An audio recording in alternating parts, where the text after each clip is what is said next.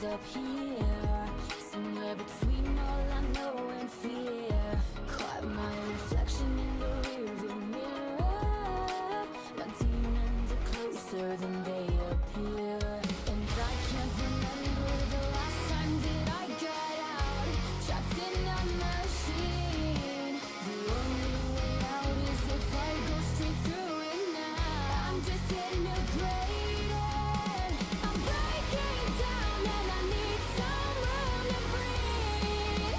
Oh, oh, 'cause the weight of this has got me down on my knees. Oh, I think I'm paralyzed, paralyzed. Oh, I think I'm paralyzed, paralyzed. I wanna scream, I need some room to breathe. You can't save me.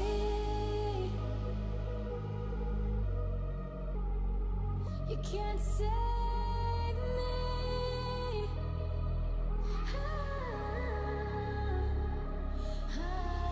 Why am I my own worst enemy? Haunted by my own worst memories. Why am I my own worst enemy? Just push it down, push it down, push it down.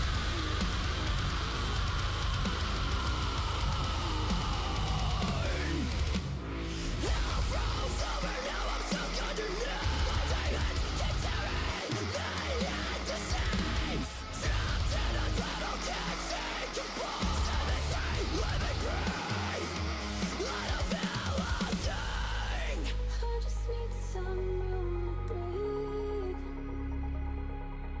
'Cause the weight of this has got me down on my knees. I think I'm paralyzed, paralyzed. Oh, I think I'm paralyzed, paralyzed. I wanna scream, I need some room to breathe. You can't save me. Haunted by my own worst memories. Why am I my own worst enemy? Just push it down, push it down. You can't save me. I believe it's called, let me see, Paralyzed by the Conquered Divine. That's what's the name of the song. And welcome in, Lexi.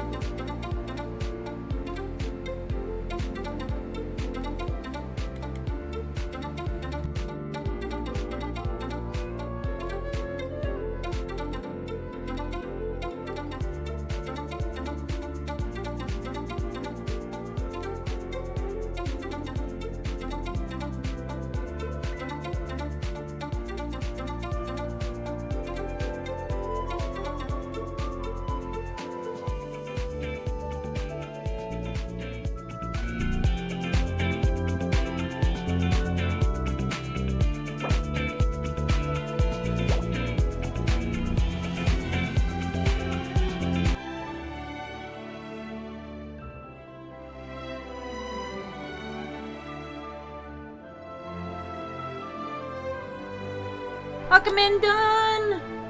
I'm getting a Halloween tattoo on Halloween. That's cool.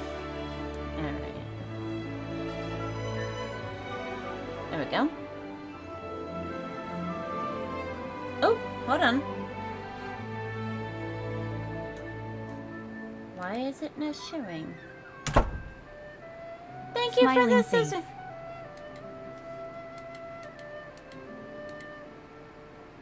Display HP. There we go. There we go. Thank you so much, Dawn, for the 7 months. I appreciate you.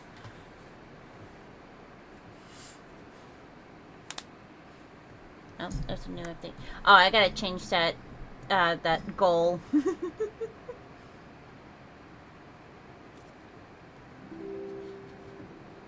I love it.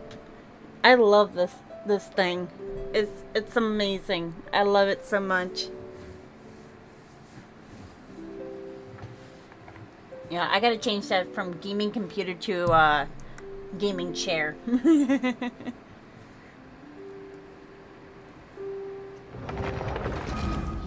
Alright, here we go. Oh, Dawn just messaged me on Discord. Hold on.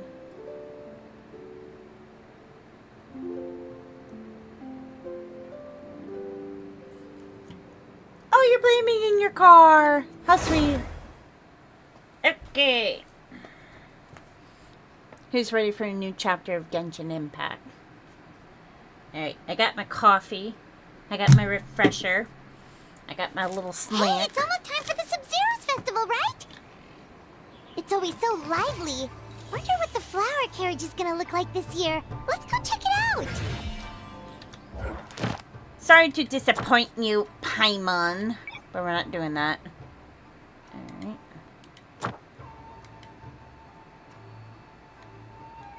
Yeah, I just saw that she's with family.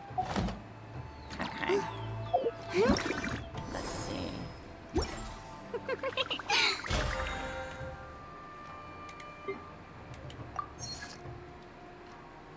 I seem to always be in my car when people trip. I think it's really cool that you could do that. I think that's really, really cool.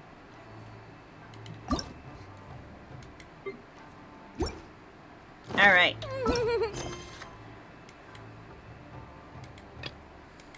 Here we go, ladies and gentlemen. We are starting a new area. Let's go.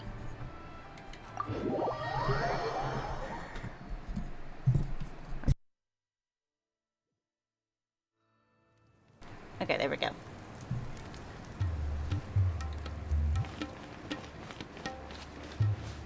And now I drive just leaving my mom's place. Nice. Good old caravan rebot. Now let Paimon think. What were we up to the first time we came here? Oh, Paimon remembers. Nahita's consciousness had been trapped by the doctor, but we followed the clues she left behind to help her. So much time has already passed since then, and it seems Sumeru's changing for the better now that Nahita's in charge, right? Paimon just hopes this peace will last a long time, and then Nahita won't have any more new problems to deal with. Yeah, guess you're right. We somehow always find ourselves right in the thick of it. Who knows what will happen next? Come to think of it, maybe it's all because of you. Maybe you're just a magnet for trouble. Huh? Me? Before Paimon ran into you, Paimon never ran into any trouble. At most, when she was super tired, Paimon got caught in some strange whirlpool and sucked out into sea. And even then, you fished Paimon out. Anyway, for Nahita's sake, maybe we should think about heading to our next destination for now. Ah, look who it is. Running into you in a place like this? I can see you two still love wandering around. Apologies, guys. I was having a snack. We were in a time loop, Paimon. That's the first thing happened when we arrived in Sumeru. We don't use summaries. Agreed. Paimon, zip it. Let's see if I can get these to work. Trying to ask you. I have an excellent idea. Let's change the subject. Oh, it's Dia! Since when are we just wandering around? We're usually taking care of some serious business. Even though it may have nothing to do with our journey. But never mind that. What brings you here? I just finished a commission in the desert for a usual client of mine. Nothing too interesting. Just escorting a shipment of goods. I'm on my way to report back. That's when I saw you two all the way over there, chatting away. What were you two talking about anyway? We are preparing to leave Sumeru and head to Fontaine. Huh? You serious? Can't say I saw that coming. But you are travelers after all. I guess you'd never stay for too long in one place. Bumping into you like this will become a rarity. I'm starting to feel sad just thinking about it.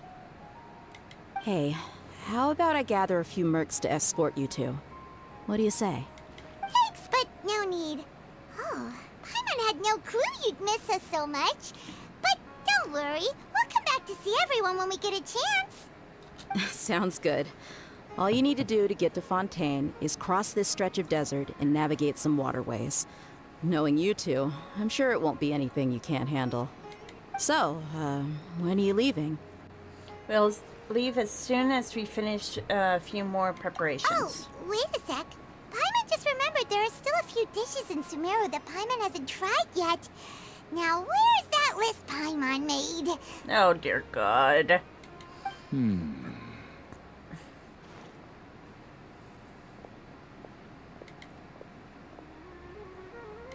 I see. Guess you won't be needing a going-away party or anything. It's sad enough to see you go like this. Though, now that I think about it, Sumeru wouldn't be what it is today without you. Seems true heroes always prefer leaving quietly. By the way, should we go say bye to Nahida?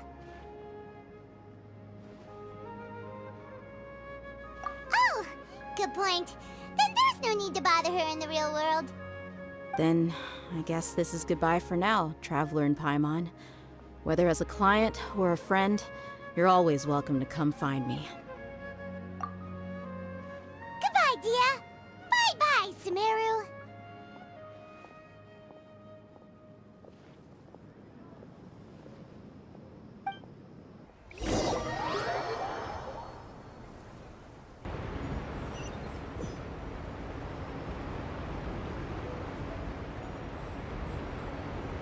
Alright, I'm done eating. Oh, wait. Let me... Oh, wait. Wrong one.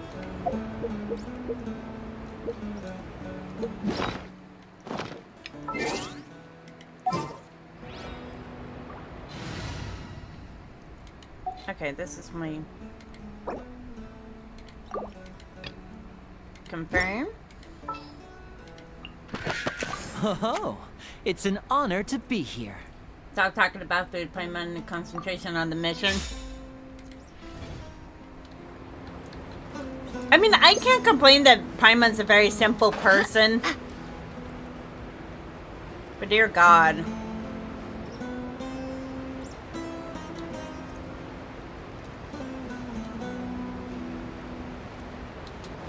Whee!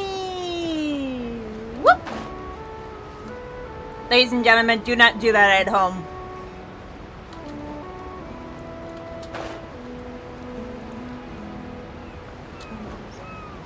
There we go. Turtles! Oh my God, these things are massive! Holy shit! Okay.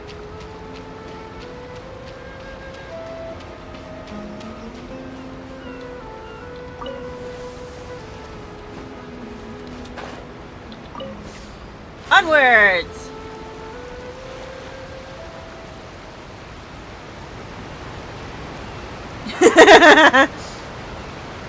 Let's see how many bones I can break. Oh, wait. Ooh, there's mail. What do we got? Oh, Nahida's gift. And some money. I'll take it. Oh, what's new to the shop? Nothing. Okay. Okay. Onwards!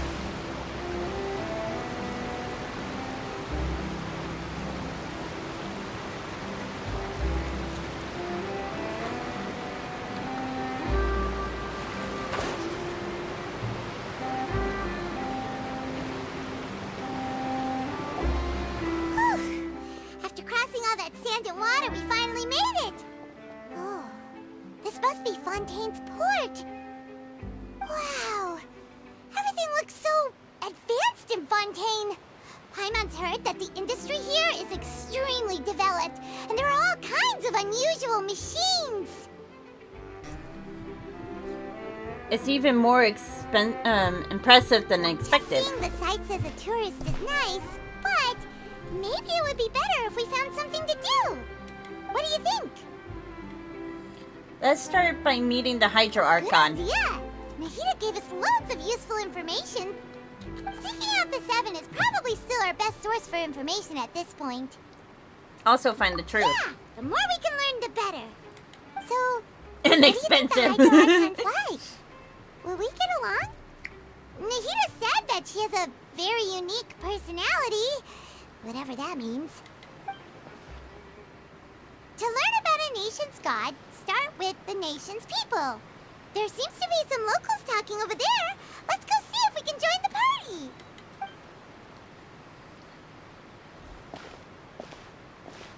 If you ask me, it's a tragedy how things ended for him. Clearly, he was a pretty decent person. Yeah, I didn't expect that kind of ending for him. I thought he would at least fight on a little longer for his family. I was expecting a sudden plot twist, but it's a pity that it never happened. Still, his story is quite the tearjerker.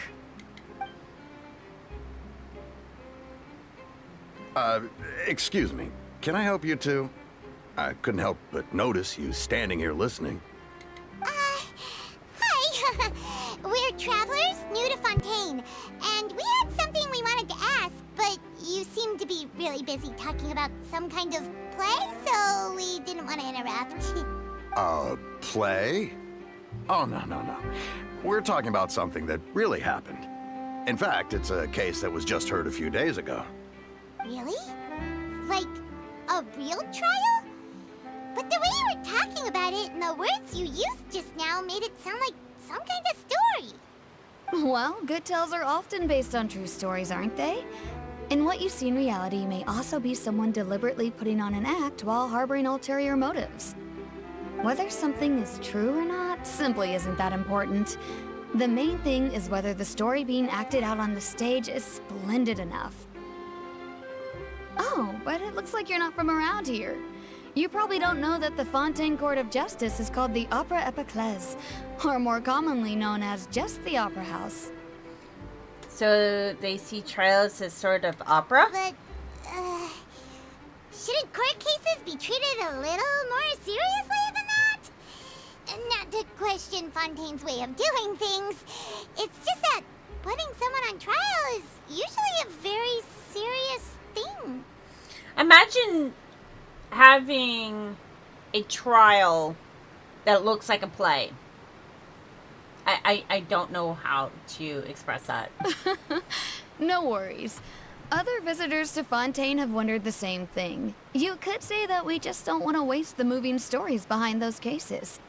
And as for your worries about whether the cases are treated with due reverence, we have the absolutely just and honorable Chief Justice Neuvillette, as well as the Oratrice Mécanique d'Analyse Cardinal, a machine created by the Archon.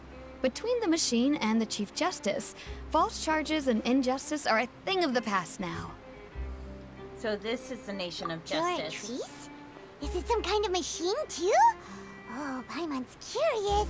We should check it out if we get the chance. Wait, Paimon almost forgot to ask you our question. Do you know what we should do if we want to meet the Hydro Archon? Oh, that's easy. Just go to the Opera House. Lady Farina practically lives there. You could definitely say it's her biggest passion.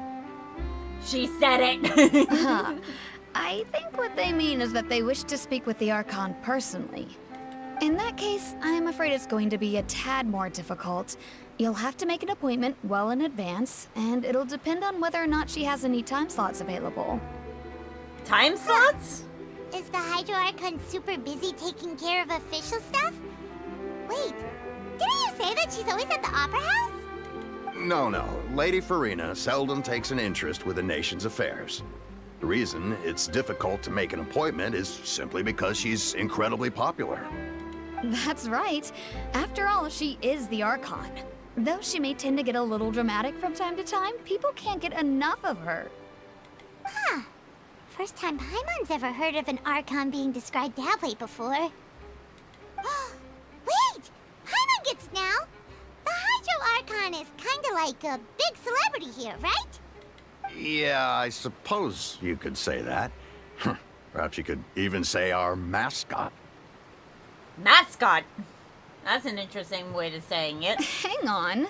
This is still Fontaine's Archon you're talking about. You should show some more respect. Yes, you're right.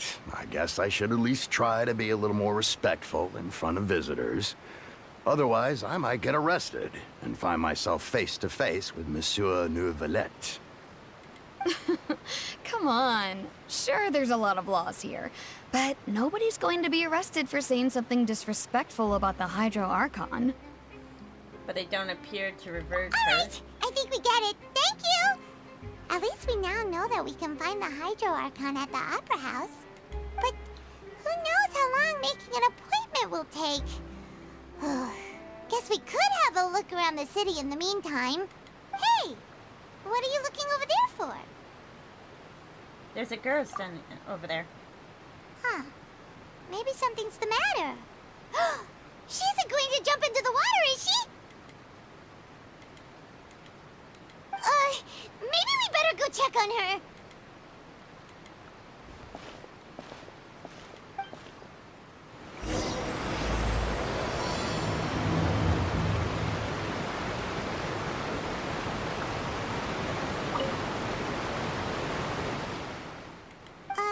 Hello there.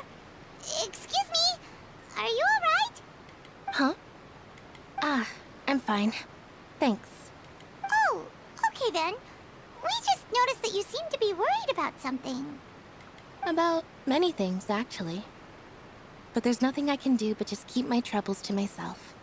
I was just reminiscing about a place my brother and I would play when we were kids. It was just atop that hill over there. You're pointing at the sea. Wait, are you saying that you and your brother lived in the water? Maybe they're When mermaids. people call the waters around Fontaine a sea, it's actually just an inland lake that's filled with fresh water. And though I can still see that hill clearly in my memories, now it's been completely submerged. He would skip and jump, tossing sand in the wind. The sun shone brightly, and the air was filled with the scent of the sea. But now, the water is gradually swallowing our memories. It won't be long before it swallows us. Sorry. Paimon doesn't really get what you mean. I don't believe we've had the pleasure of meeting. Are you Lynette's new friends? Hello, Lenny. Oh, and you are? Thanks for looking after my sister. She often comes here to reminisce about our childhood, that's all. There's no need for any concern. Allow me to introduce myself. I'm Linny, and this is my sister Lynette. If I had to guess, I'd say you must be travelers from abroad. When the First Lady said not getting arrested and seeing Neuvillette, but I want to get handcuffed and see Rachel. Monsieur Neuvillette, is there any chance I can have a private moment with you in a bed chamber with handcuffs? Nice to meet you. Paimon is Paimon, and this is the Traveler. We just arrived in Fontaine. We were just talking with your sister. Even though we didn't really get what she was saying. I see. It's unusual for Lynette to be so willing to talk with anyone. In fact, she seldom speaks at all. I'm usually the only one she ever talks to. Oh, really? Then you two are just like us. Paimon's always the one talking for some reason. That's because you can't shut up. Because you always steal all my lines. So that's how you think it is? I also think my brother can be too talkative at times. Seems you were right, Paimon. We are quite similar. So, what did Lynette mean just now when she said that the water is engulfing your memories? And that it won't be long before it engulfs you too? Oh, that. It's from a prophecy that's been circulating in Fontaine for some time now. We are one and the same. Exactly. It's funny because it's like when I see Lenny and Lynette, it reminds me of me and Mr. Hatter. I am the most talkative one, and he's more the quiet one. Sound like I totally get it. Well, I suppose prophecy isn't exactly the right word, because that implies a certain amount of uncertainty. There's no doubt about what's happening in Fontaine now. Oh, what's happening in Fontaine? Where to begin?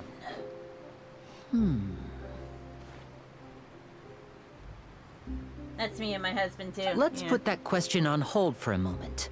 We still haven't formally greeted each other yet, have we? Did all the introductions earlier not count? Hello, traveler. I'm the talkative and he's the quiet one. Hello, Lenny.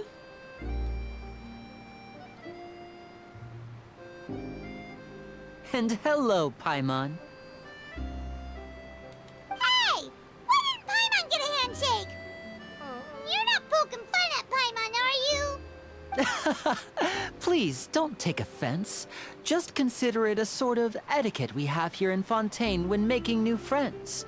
You should remember it. It might prove useful. Oh, all right then. Well, Paimon's just happy to have a local friend now. By the way, we were just getting ready to go to the Opera House to meet the Hydro Archon. Would you be able to show us the way? So you're going to see Lady Farina? No problem at all. In fact, I was planning to go to the Opera House later myself.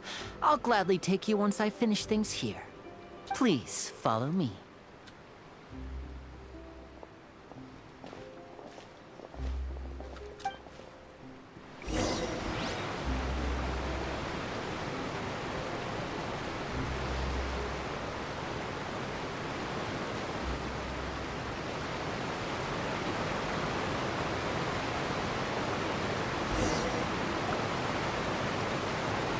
Oh, it's a Nacho Valley peanut butter bar. You said you were going to see Lady Farina?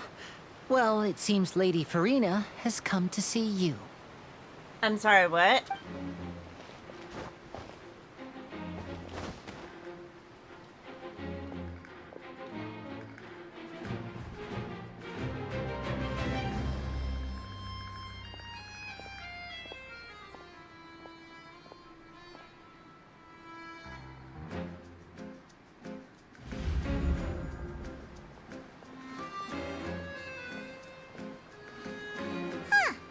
So, she's the Hydro Archon? But how did she know we were looking for her? My dear people, rich and poor, those with cup in hand and those with nothing at all, raise your glasses in celebration. If you don't have one, then just raise your hand in lieu.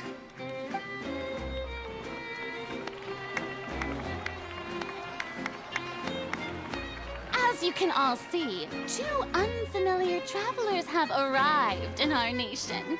Come, let us make a toast in honor of this traveler and her companion who have journeyed here from distant lands.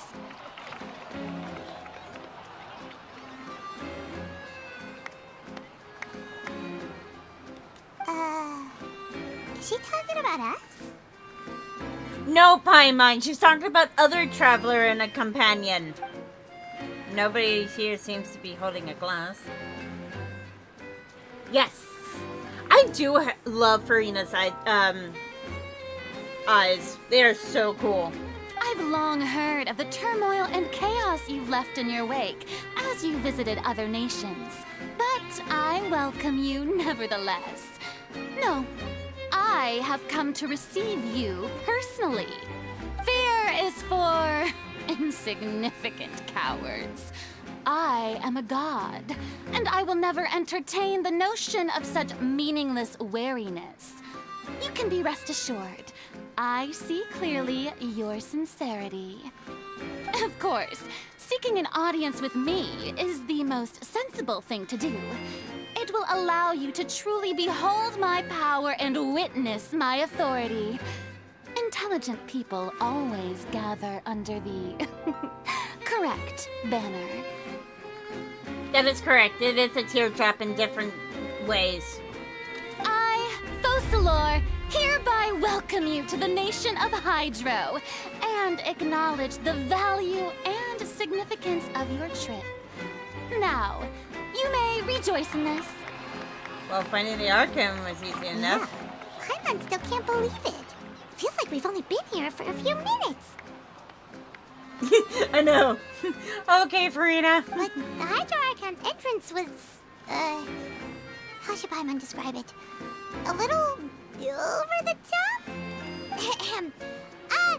Miss Hydro Archon? How did you know we were coming? I see. As Outlanders, you inevitably lack even some of the most basic understanding. Don't forget that even the gods can be divided into the mediocre and the excellent. I suppose it's only natural for you to be awestruck by my abilities. The Archon gives me Jessie vibes from Pokemon. I can see it. I mean, Amber Lee Connor played her very, very well. She played Farina very, very well. You had best stop and consider. Do you really have the noble qualities and etiquette necessary to communicate with a god? All it takes is a flick of my finger for me to know everything about you. Just waiting for the Team Rocket theme. Whoa. Talk about sounding high and mighty. Feels like she can't get over herself. Oh? What's with these looks? Perhaps the welcoming ceremony still isn't enough? What else should I say then? Is she waiting for us to start talking? Wow, I didn't expect to see Lady Farina here. What a surprise! Wait, does this mean they're the legendary blonde traveler? How did I not notice before? Hey, what's all the commotion? Oh, is that Lady Farina? Is there some kind of drama going on? Of course. That's the blonde traveler. The one all those stories are about. Lady Farina came here to personally see her. Oh, I bet this is going to be the duel of the century. Duel? What duel? I just got here. Ooh, I've got to see this. I knew Lady Farina would never disappoint. Ego's a tad inflated, just smug. Yeah, Farina definitely has that type of ego, 100%. Yes, but don't get too excited now. My dear believers and spectators alike tend to get quite rowdy, and despite the noise, I've come to tolerate all their ruckus. Yeah, exactly. Duel? What duel? You may consider this my reward to all of you. I have determined that there will be an epic duel between myself and this traveler from another land, just as you were hoping to see. Now she wants to fight? Aren't we getting a little ahead of ourselves? Fighting gods? I've got a resume.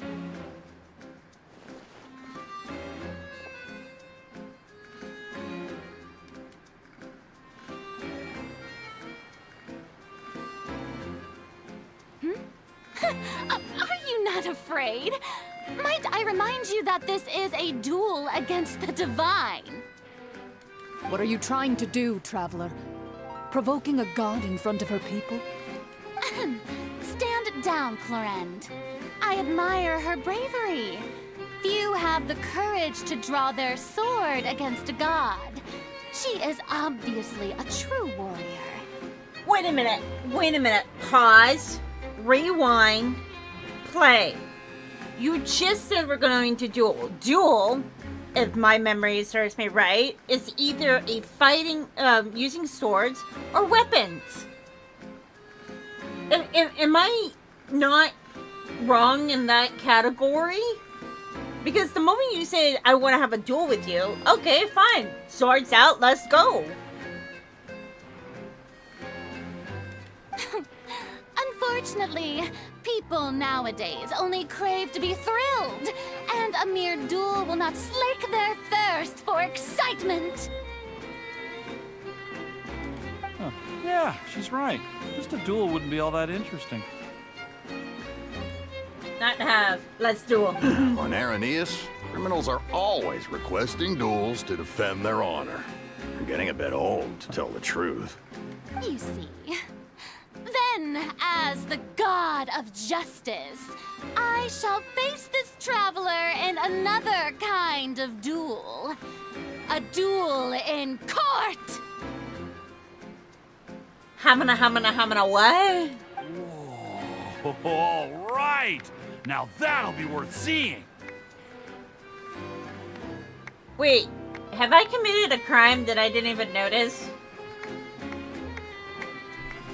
Lexi, it's your job to keep me in check. Why are you getting me in trouble already? I haven't even done anything. Right. This is Fontaine, after all. Such a grand opera house, it would be a pity not to use it. Frida took something. Why do you care so much about the crowd's reactions? Seems you've spent a little too much time in the opera house. Besides, how exactly do you plan to have a duel in court? You mean you're going to put us on trial? We literally just arrived here. Oh, we have reason to put you on trial. It's obvious, isn't it? Obvious? According to Fontaine law, no one is permitted to release any flying objects within Fontaine city limits during the first 3 days of each month. You are clearly guilty of violating this law, no? Ray Jane's help! I'm sorry. So, your law is I have a flying object that's I swear, am I in Wonderland? Am I talking to the Red Queen? Am I talking to the Red Queen? Because I feel like I am. I'm losing my bunkers. Oh, so that's what they've done wrong. That's our Lady Farina. No one knows the laws of Fontaine like she does. Why am I a flying subject? You call that obvious? What kind of law is that? Wait, flying object? You mean Paimon? No, Paimon is a flying food. Precisely! Now, if you two have no objections, then in the name of the Hydro Archon, I order your arrest. My apologies, Lady Farina. I don't mean to spoil the fun. But if you would allow me to interject, I don't think that Paimon here meets the definition of a flying object. You tell her, Linny! Finally someone who's not crazy. How could anyone call Paimon a flying object? I mean, you're not human, and you're not a god, so technically you are an object. Ah, great magician Linny, my beloved citizen. I'll permit you to object, but how exactly do you plan to prove your claim? As a magician who just rained on your parade, I naturally should shoulder the responsibility of saving the show. So, with such an audience gathered here, allow me to perform a trick for everyone.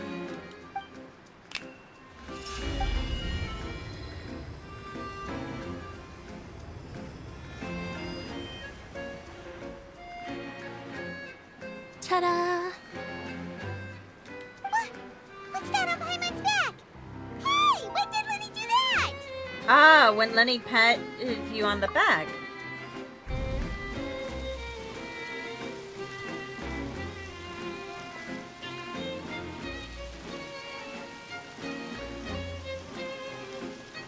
Ah, Lenny knew exactly what's gonna happen. As you can all clearly see, Paimon should be classified as, well, something like a balloon. This rope has been in the Traveler's hand all along. It was just that no one could see it before. Huh? You call that magic? You've got to be joking. I thought it was pretty good. Nice one. Huh. I'm not sure what to think. It seems Lady Farina's charges no longer hold water. Any comment back, Lady Farina?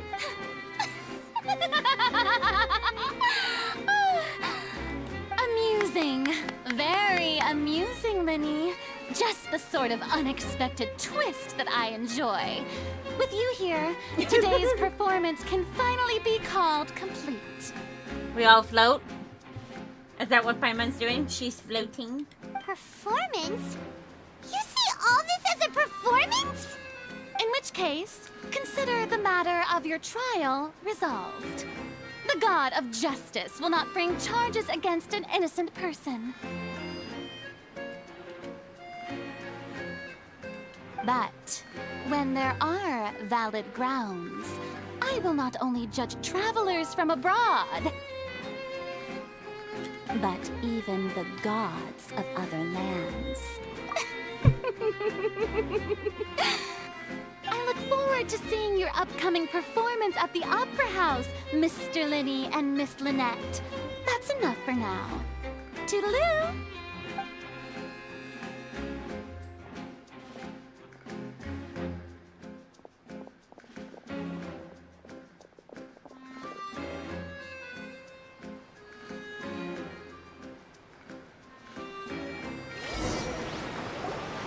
And just like that, she's gone. Well, that's the most unpredictable Archon Paimon's ever seen. We never even had a chance to ask her anything. But that's a problem for future Paimon. That whole scene just now was really... Thanks for bailing us out, Lenny. Don't mention it. I just happened to remember that there was such a law, so I did a little preparation, just in case. I didn't think it would actually come in handy. So, now do you see what kind of god Lady Farina is? She can be a bit confusing at times, but she is still amenable to reason. Yeah, confusing is a good way to put it. Anyway, Paimon had no idea you were a magician, Linny. It sounded like you'll be performing at the Opera House, right? I just know a few simple tricks I use to make a living. Lynette is my assistant. Farina is so annoying. Paimon has been absolved from annoyance. I think they are equally annoying. It will actually be my first time performing on the most prestigious stage in Fontaine, the Opera House. But isn't the Opera House where criminal trials are held in Fontaine? When there are no public trials being held, the Opera House hosts a variety of other performances. To the people of Fontaine, the line between a trial and a performance can be a little blurred. Yep. And speaking of performances, I would be remiss to forego this opportunity gifted by fate. Might I invite the two of you to see my performance? Ooh, I do like a magic show. My brother's always excited to make new friends. Oh, sure. We don't really have anything to do now, and we wanted to go to the Opera House anyway.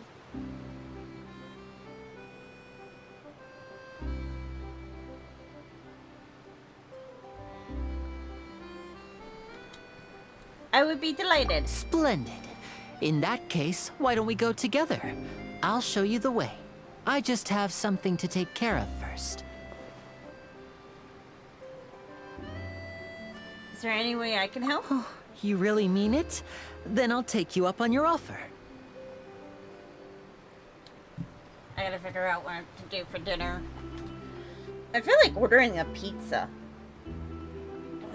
This is a magical item known as a magic pocket. Perhaps you can help me distribute them to the people here. Ooh, what a cute bag! Huh? What are they going to use it for? About that... You asked me before about the prophecy, right? Let me start by telling you a little more about what it entails.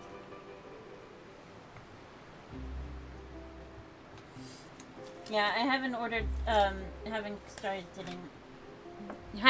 dinner yet, but, like, I don't really have any food in the fridge for dinner, so I'm like, okay, what am I gonna do for dinner?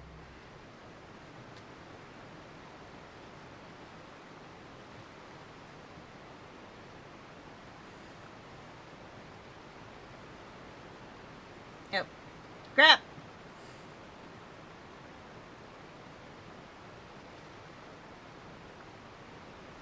I'm not sure exactly when it began, but a prophecy has been circulating around Fontaine. Oh, what kind of prophecy? It says that every person in Fontaine is born with sin. No matter how the nation of justice holds trial after trial, this sin cannot be absolved. Until one day, the water levels in Fontaine will rise, and the sinful people will slowly be drowned. I've had so many chicken for the last 3 days, I'm getting kind of tired of chicken. In the end, the people will all be dissolved into the waters, and only the Hydro Archon will remain, weeping on her throne. Only then will the sins of the people of Fontaine be washed away. That sounds pretty gloomy. Why are people in Fontaine born with sin? What is that supposed to mean? There are lots of guesses. Some say that the ancestors of Fontaine stole the power of the seas and stirred its wrath. Others say that the people of Fontaine never heeded the first Hydro Archon's warnings and offended Celestia. But here in Fontaine, evidence is what matters. There hasn't been concrete evidence for any of these claims, so they can only be regarded as conjecture. Sorry guys, I'm trying to find a pen. I found a pen. If even the people in Fontaine don't know what sin they committed, wouldn't it be better just to ignore the prophecy completely? Why bother feeling guilty all the time? Objection! Never ignore prophecies. That's exactly what the people did at first. But in the last few years, the water levels in Fontaine have actually started rising. But now the water is engulfing our memories? Many places have already been completely submerged, and now lie beneath the sea. Many people carry on with their lives as before and shrug it off as a natural phenomenon. But my family and I think that the people of Fontaine shouldn't ignore the possibility, which would end up sentencing them to death. We hope that at least the people who reside near the waterfront can move away before it's too late. So, we've started distributing magic pockets to them. As a magical item, these magic pockets have astonishing capacity. I'm sure they will come in handy when people are moving their belongings. Oh, Paimon gets it! It's like preparing for a rainy day! But this is more than a bit of rain. If the prophecy is true. Perhaps only absolute power could ever contend with such a catastrophe. But who knows? We're just tiny specks in the grand scheme of things. Now, if you'd like to help, then please give these magic pockets to anyone nearby. Be sure to convince them to take it, regardless of what they say. Okay. Dude.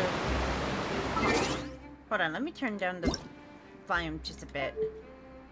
Oh, no wonder why. I was like, why is it so damn loud? Paimon coming in! Paimon coming in! Is this level okay? Can you hear Paimon? There we go. There we go. I turned it down a bit, guys. But imagine having a purse like Hermione from Harry Potter, and you could put a shitload of stuff and it'd still be the same weight. I would love that. So you're the blonde traveler that everyone's been talking about. My apologies for not recognizing you earlier. Oh, a magic pocket? Seems you really thought of everything. I guess it's better to prepare for the worst and hope for the best. Thanks. Please, also thank the magician on my behalf when you get the chance. Will do. Alright, onwards. What's this? So you also believe in the prophecy. Keep it. I won't have any use for it. I said, take it! What? You mean you don't believe in the prophecy? No, I believe in the prophecy. But I also believe I'm in another multitasking story. right now, modding The and story mom says time. that people once lived in the ocean. They were one with the ocean and couldn't live You apart go, from it. boss. But as time wore on, people desired to live on land and developed blood vessels, encapsulating the sea within their bodies. Thus could people set foot on land. So, if you ask me, when the water rises and takes us all, it'll be like we're going home. Oh, we hadn't heard that one before. But people can't live underwater. They'll die. You should probably still take it. All right, I'll take it. I guess I just feel that being dissolved into the water doesn't necessarily mean death.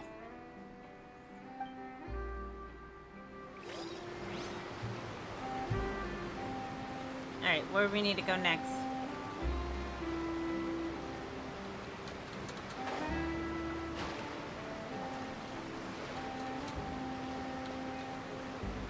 Da-da-da-da-da-da. Whee! Hello, Captain. Huh? I don't want that thing. Way I see it, if the prophecy's true, it's still gonna be a long time before the water can cover everything. Life is all about living in the moment. What use is there in worrying about the future all the time? We'll cross that bridge when we get to it. You should still take it. You never know when it'll come in handy. Oh, all right, fine. Thanks. It's just that if I start moving, that means I've already given up on the life I have now. I'd really rather not. That's fair. Whee! Okay. There's Lenny. Oh? You already handed out all of the magic pockets? That was fast. So, what did people have to say? I bet you heard some, interesting opinions.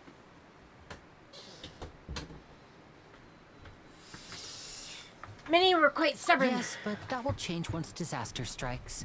I know they'll change their minds, so it's only right to help them prepare. Is there anything else you need to do before we leave? Yes, one last thing. I have the magic pockets made by a workshop in the court of Fontaine. Since we're out and about, I was thinking about bringing him some more materials. So, you want to collect materials? Just tell us what the materials look like and we'll help. Many hands make light work. Oh, that would be much appreciated. We'll need some romaritime flowers. I remember seeing them near the waterfront on the east side of the harbor. Okay. Let's go.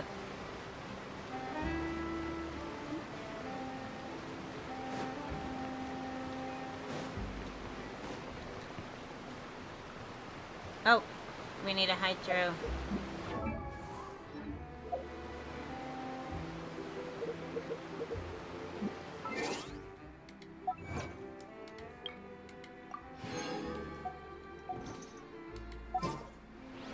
Onwards!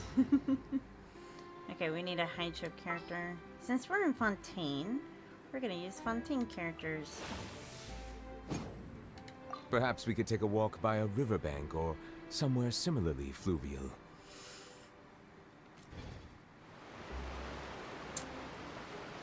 It seems we have to use Hydro to collect for maritime flowers.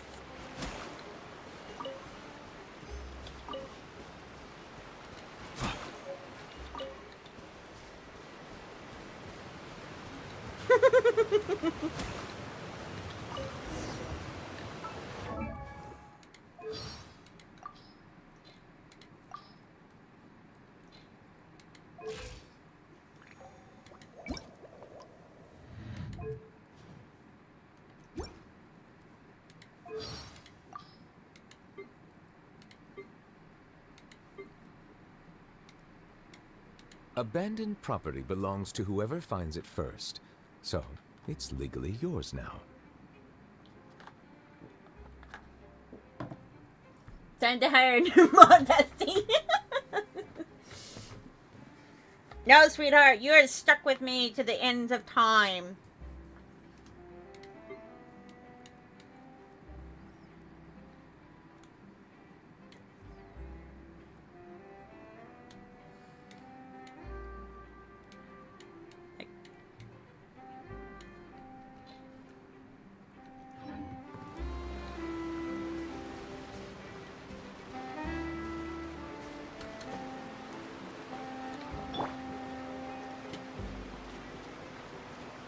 No. If you faint, I'm fainting with you.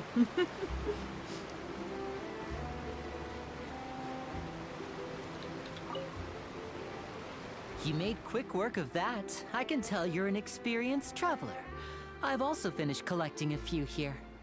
Maybe next time you'll feel like helping too, Lynette. No way. I'm in power-saving mode today. Otherwise, I fear I may not have any energy left for the performance at the Opera House. Fine. Though the performance is still a long way off. Now that we're finished here, we should get ready to head back to the court of Fontaine. So, we're going to the court of Fontaine before we head to the Opera House? Good. Paimon wants a tour of Fontaine's largest city and try...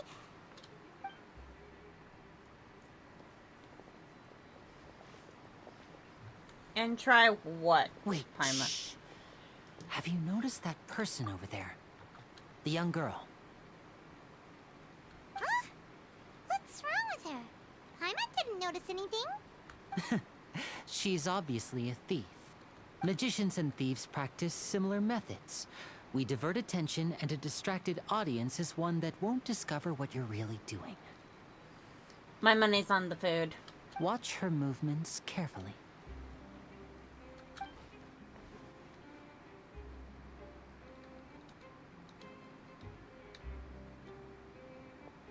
Oh, he's right! Shh, keep your voice down. We need to think of a way to catch her, but it seems she's very alert. Perhaps we should split up. You two can ride the lift over there and wait up top. I bet that'll be her escape route if she tries to run. Understood. All right, let's go.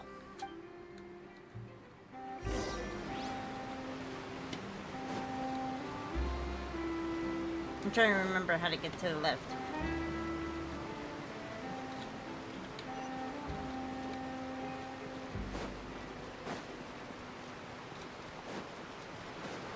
Welcome in, dancer.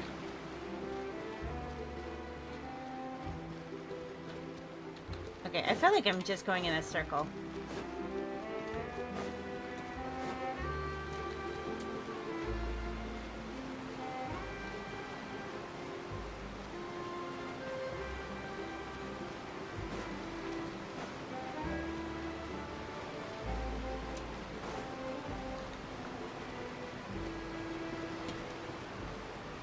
Oh, there we go.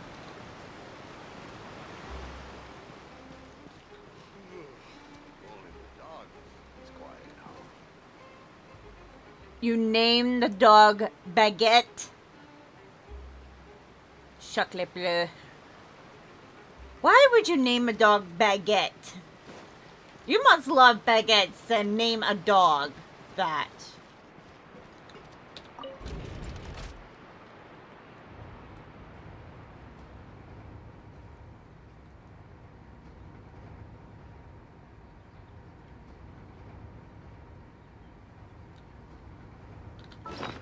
Hold on, I might change my little buddy. Switch. There we go.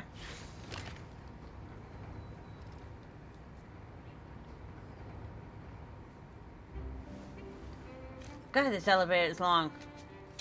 Are we there yet? Everyone just... You know what? We'll just stare at Nouvellette while we wait. Ah! Here we are.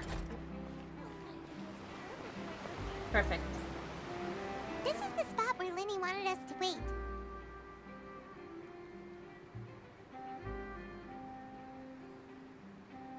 Right? Where's the elevator music? Oh, look! Isn't that her? Time to make an arrest. Oh no! Did she notice us? She started running the other direction! What should we do? Should we chase her?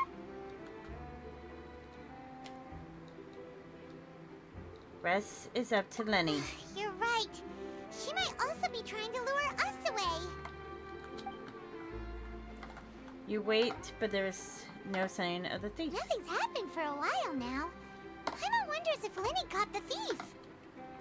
Let's go find Lenny. Let's go.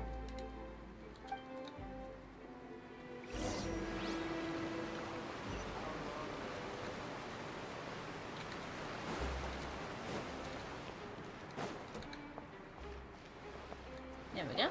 Are you sure that's all she took? You should check to make sure you're not missing anything else. No, that was all. Oh, I can't thank you enough. I didn't notice a thing earlier. Anyway, I should be going now. Thanks again. Oh, were you returning what the thief had stolen? That's right. Pity I wasn't able to catch her. She distracted me by dropping the thing she stole on the ground. By the time I looked back, she was already gone. I saw the general direction she went, but Lenny twisted his ankle, and I needed to make sure he was okay. Aww. Gotta love the sister vibe. Oh, did you get hurt, Lenny? I'll be all right. It's just a twisted ankle, that's all. In fact, it's feeling better already. Okay. I'm gonna order pizza in just a bit. If you want to play at being a hero, at least try not to get hurt doing it. Imagine what would happen if you managed to derail our performance as a result. You're right. Sorry, Lynette. I have to admit that the thief was even more skilled than I had anticipated. Oh, is that so? But at least we were able to get the stolen items back, so it wasn't a complete failure. Well, that's good. What a slippery little thief. Guess things turned out all right in the end, though. Lenny's initiative paid off. That's true. All right, let's put this little detour behind us. We should go to the court of Fontaine now. Okay, now I'm off to make some dinner, then do some laundry. I appreciate you lurking. You better share your dinner with me, because Hatter's hungry. Oh. Give me 1 second, guys.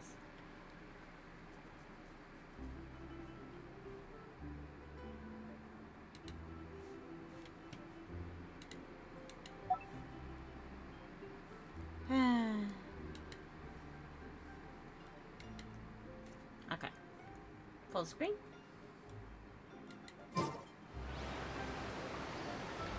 There we go.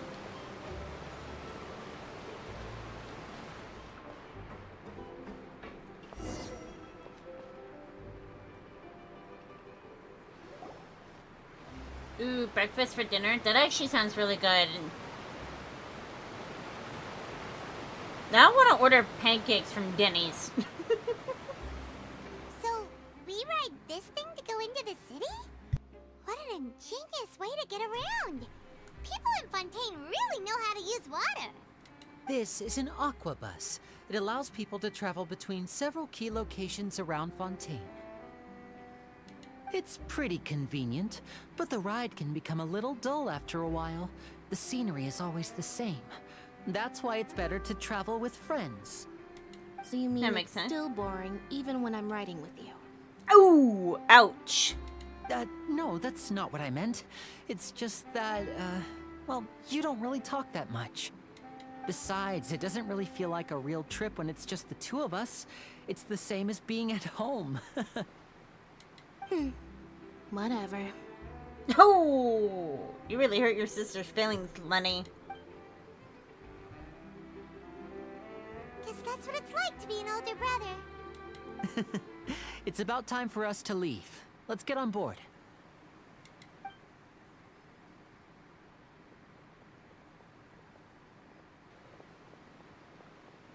Nope.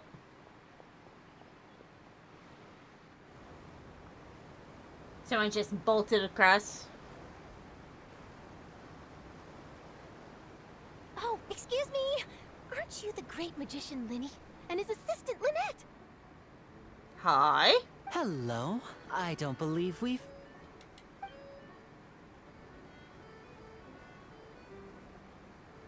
I'm Charlotte, a reporter for the Steambird. Oh, Charlotte. Nice to meet you.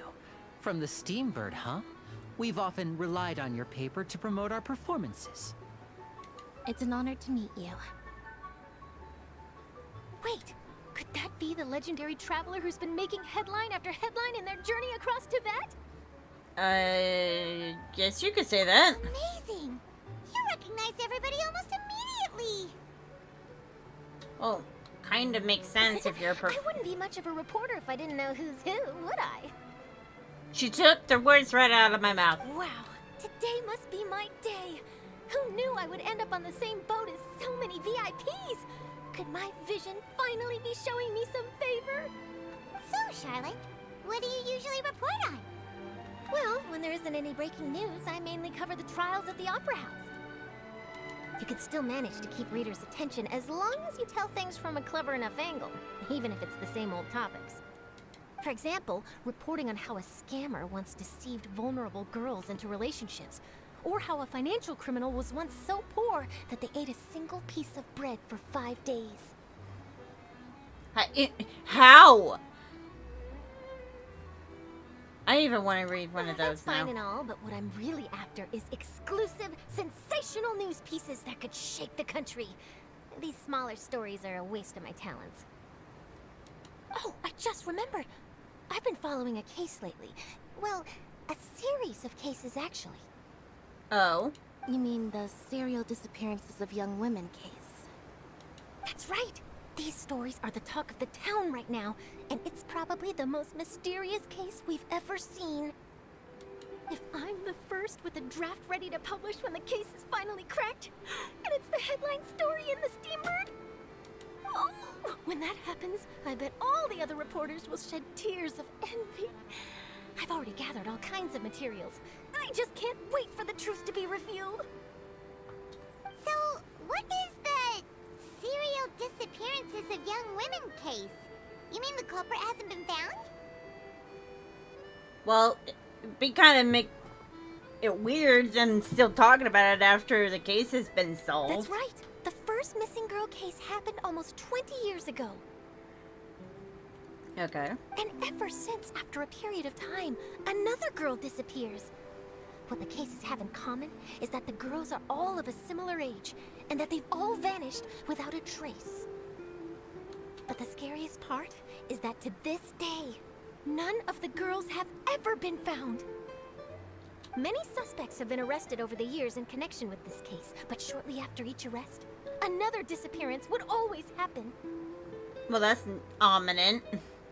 Maybe there's a copycat criminal? Yes, it's possible.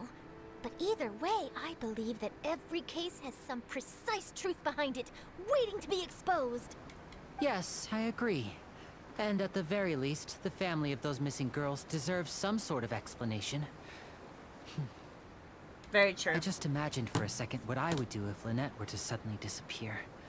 I'd pay any price to get her back, and then find a way to track down the culprit. Aww. W is for brother, man. Please don't imagine that, Lenny. Hey,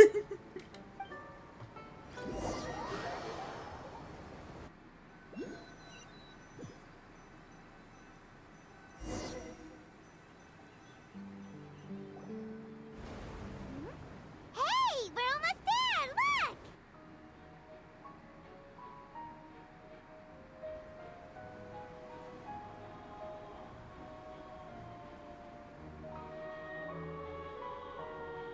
I love Fontaine's soundtrack. It's so beautiful.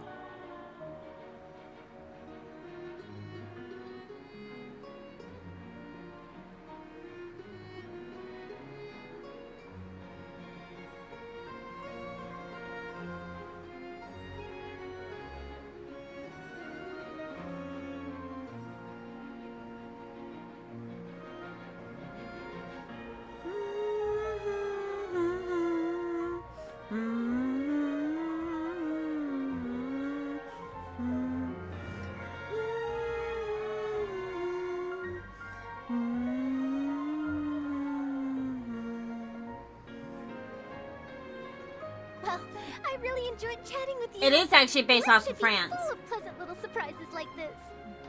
It is France and England. Yeah, us as well. The ride went by too quickly. Ah, I have an interview to get to. I should get going before I'm late. Okay. Paimon hopes we can chat again soon, Charlotte. See ya! I am gonna be right back, guys.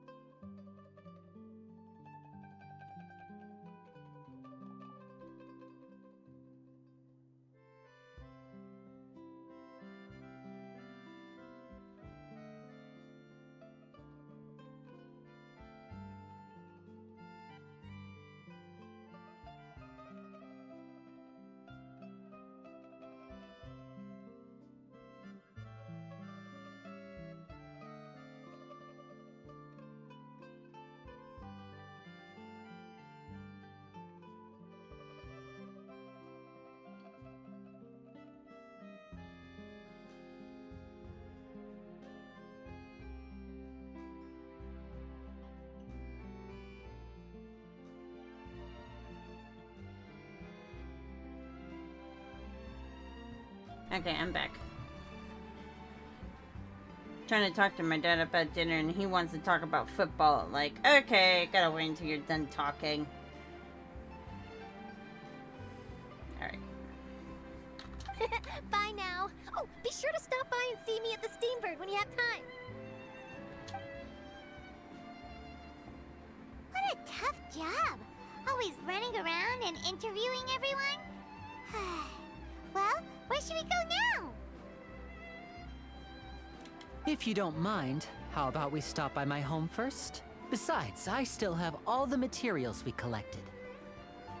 Sure, we wouldn't mind at all. This city is so huge, Paimon wouldn't know where to start anyway. Well, it's like, I'm trying to talk to him about what he wants to do for dinner, and he just finished watching,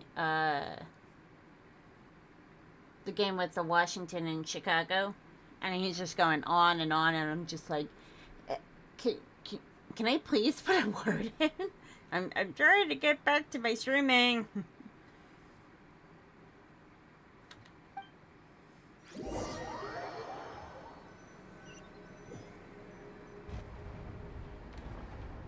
Yeah.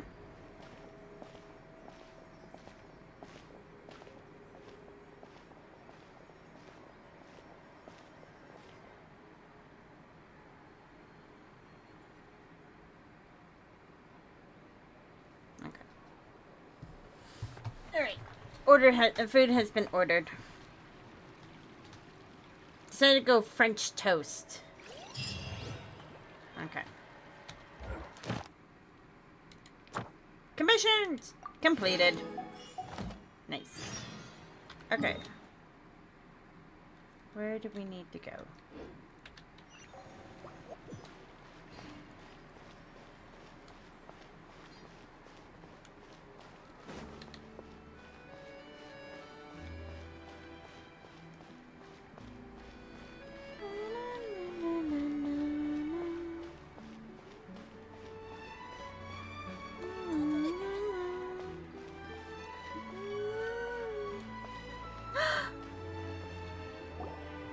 This is our current abode.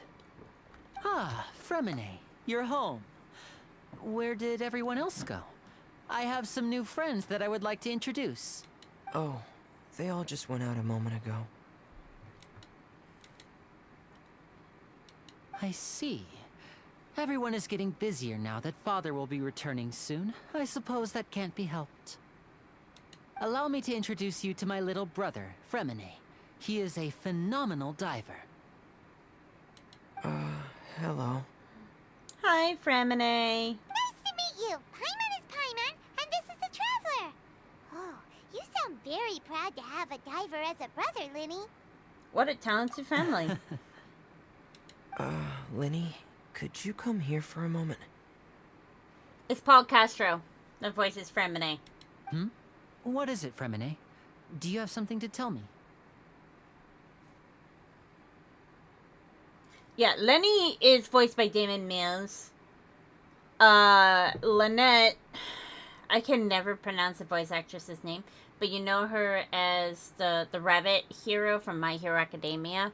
And then Fremine is voiced by Paul Castro. It's alright, go ahead.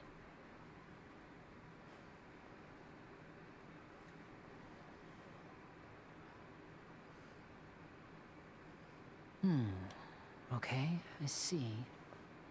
Is everything all right? Oh, it's nothing. We were just discussing a little housework. Sorry for the interruption. Thank you. I can never pronounce her name.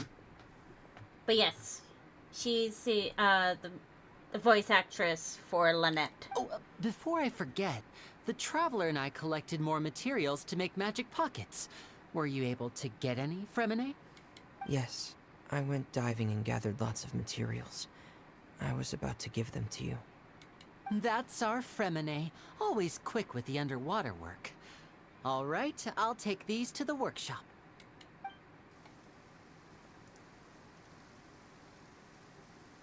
It's raining.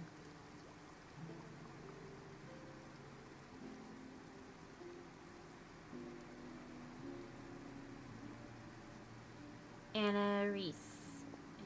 Anna Iris. Looks like okay, rain. Anna Iris. Okay. Oh, you're right.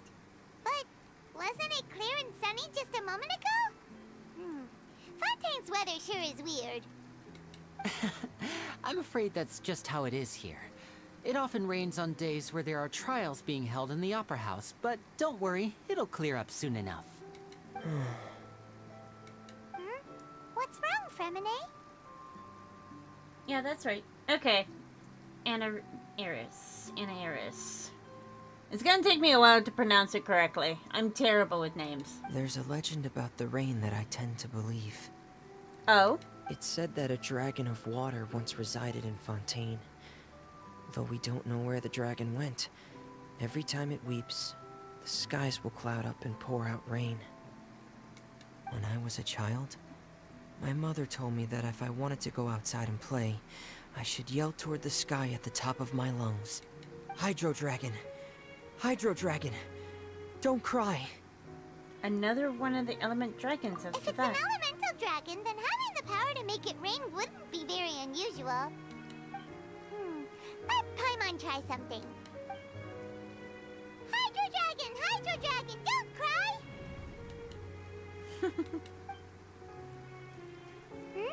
A dragon, you say? Where's the dragon? Where's this dragon? You'll meet him soon. I promise, I promise. Doesn't seem to be of any use. It is just a legend after all. You know, you might be a more popular magician if you understood the concept of romanticism. Or could at least play along. Sorry. It might be because we've never met the Hydro Dragon. Perhaps it can't be comforted by the words of strangers.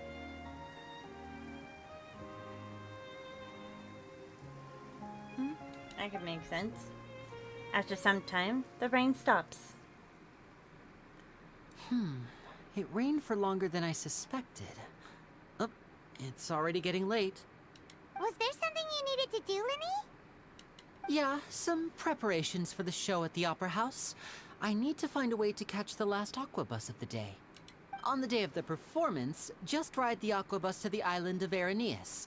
I'll have Lynette meet you at the fountain in front of the Opera House. Sounds good. You go ahead, Lenny. Are you leaving now? What is it, Fremine? I'm in a hurry. Oh, I get it. You feel nervous delivering the materials for the magic pockets, is that it? Perhaps we could trouble the Traveler to help us take these materials to the Beaumont workshop and deliver them to the owner there? When did I become your runner?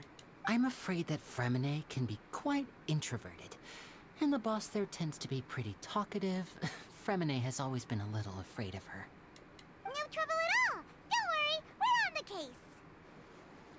Sorry for the inconvenience. I'm quite useless when it comes to such tasks. I'll think of a way to make it up to you. Or maybe it's like the same thing in Mondstadt. Oh, like Dvalin? Maybe. Maybe. Oh, no need. This will be a walk in the park for us. Okay.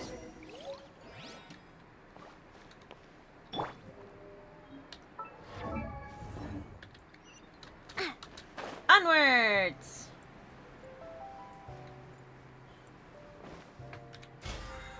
Okay. Claim. 21. Okay, here we go.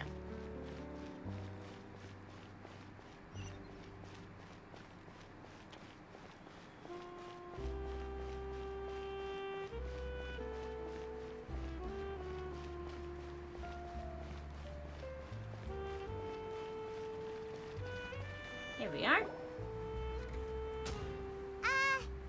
Hello? Is there anyone here? Oh, hello there. New customers? Looking to buy, or do you need something made? Or perhaps you're just looking for a chat with me. Oh no, we're just here to deliver some materials. Here they are. They're for making... what were they called again? Paimon, do you have amnesia? Is that what's going on? Because you clearly forget the most important details all the time. Ah, these must be for magic pockets. I could tell right away. I've already made several orders worth now. Do we need to pay? No need. They've already prepaid several batches worth. When they told me what they'd be using them for, I even offered them a discount.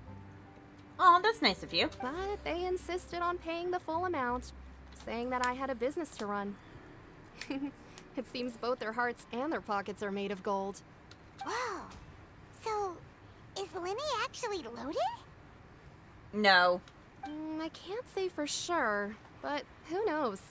Maybe there's good money to be made being a magician in Fontaine. Hey! Is this machine what you use to make stuff here? It looks really advanced. Why use your hands when a machine can do the work? It would be a waste not to use the latest technology, and wasting is a kind of crime. But where does a big machine like that get its power from? Well, it's a little complicated. I'm not sure I can put it in layman's terms for you. But basically, everything we usually use here in the city is powered by indemnitium. It's a type of energy that's produced from trials. Huh? How can trials produce energy? Good question. Well, I'm not completely sure of all the details myself, but basically, when a trial is in session, the Oratrice Mécanique d'Analyse Cardinale harvests people's belief in justice and converts it into energy to be used all around Fontaine. Huh. So that's what its other function is? Paimon heard that the Oratrice was created by the Archon to make judgments. But Paimon still doesn't get it. How could something unreliable like people's beliefs be turned into a stable power source for these machines? Well, Vinti and Nahida both said. Oh, yeah! So that means the Hydro Archon relies on the machine to take the energy created by belief and turn it into power for all of Fontaine, right? Even though I've never heard anyone really put it that way before, it sounds like it makes sense. Besides indemnitium, we have another type of energy called pneumosia. It isn't produced by the power of the Archon, but it is unstable by nature. Even now, it still cannot be widely used by civilians. I thought I'd find you hard at work, but here you are chatting the day away. Since you're already talking, I'm sure you wouldn't mind a few words with me. What do you want? You again! Didn't I already promise you that I'd have the more I owe to Confrérie of Cabriere by next month? Why are you hounding me now? Yeah, but how do we know that you won't go running off by the end of this month? I want 50% today. Wait, no, 70%. Hello, S&M. Huh? You... Seems business isn't so great for the workshop. We've already finished our job and delivered the materials. Maybe now's a good time to leave? You're right. Hey, hold on. Before you go around trying to collect payments, why don't you settle your own debts first? Hello, child. If Confrérie of Cabriere wants to poach clients from Northland Bank, that's fine. But I'm afraid you still owe the bank a hefty sum of mora. So why don't we work things out between us first, before you get back to your little conversation here? You're from Northland Bank. But we said we'll pay everything we owe next month. Why are you hounding me now? I think we're having deja vu right now. Traveler, Paimon! I didn't think I'd run into you here in Fontaine. What are the chances? Greetings. We're surprised to see you too! What are you doing here in Fontaine? You didn't want to stay in Snezhnaya? Fontaine is a really curious place. Long story short, I've already been in Fontaine for some time now, and honestly, things have been pretty boring. But it seems that fate brought our paths together today. Not only will I have some good friends here now, but ones who always seem to find trouble. Either way you look at it, it seems things are going to get a lot more interesting now. Pretty sure we'd want to avoid anything that you'd find interesting. Besides, our trip here has gone pretty well so far, right, Traveler? I think we have already weathered enough storms for now. Hey, you, Northland Bank boy. Aren't you forgetting something? Oh dear. I think someone has quite the... What's the term I'm looking for? Oh yes, impatience. Don't interrupt. It's not often I run into the Traveler like this. Why don't you wait for me over there for a while? You kidding? Aren't you the one looking for us? You really expect us to sit and twiddle our thumbs while you catch up with your friends? Listen to me, boy. If you want your mora, fine. Why don't you come and take it? Oh, good. Hey, I just said not to interrupt. Oh, by the way, Traveler, the last time I took Tonya and Tusser ice fishing, Tusser said... Hey! That's way over the line! All right, boys, let's see who has to pay up now! Oh, God. Can you at least let me finish one sentence? Fine. Though the bank told me not to get rough with our clients, you're the ones who started it. This is an act of self-defense. You two will have to be my witnesses, okay? Go ahead, they're all yours. I'm unsure this won't take long.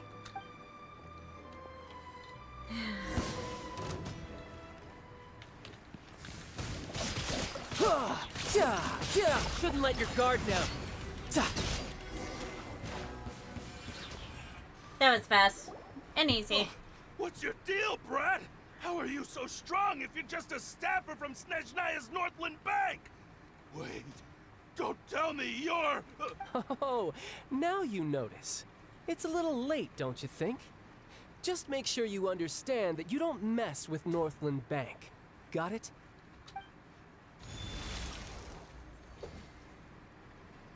Huh? Huh? Now's my chance!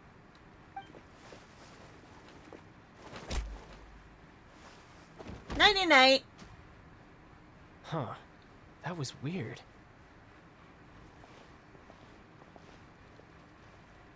Are you feeling alright? I'm not sure. It's as if I suddenly lost control of my hydro powers when I needed them. Maybe there's something wrong with my vision? How's that possible? This battle only took 7 seconds. Whee! Strange. How could that happen? First time Paimon's ever heard of someone losing control of their vision. Never mind. It doesn't matter. If I want to stay sharp, I shouldn't be relying too much on my vision anyway. Besides, I always have my delusion in case I need it. You better not use your delusion too So often. what are you doing in Fontaine, child? I don't see its work for Northland Bank. Well, I guess it's because I've been in a bad mood lately. Huh? What kind of reason is that? Wait, since when do you feel down about anything? I'm gonna be right back, guys. I'm gonna feed the munchkin.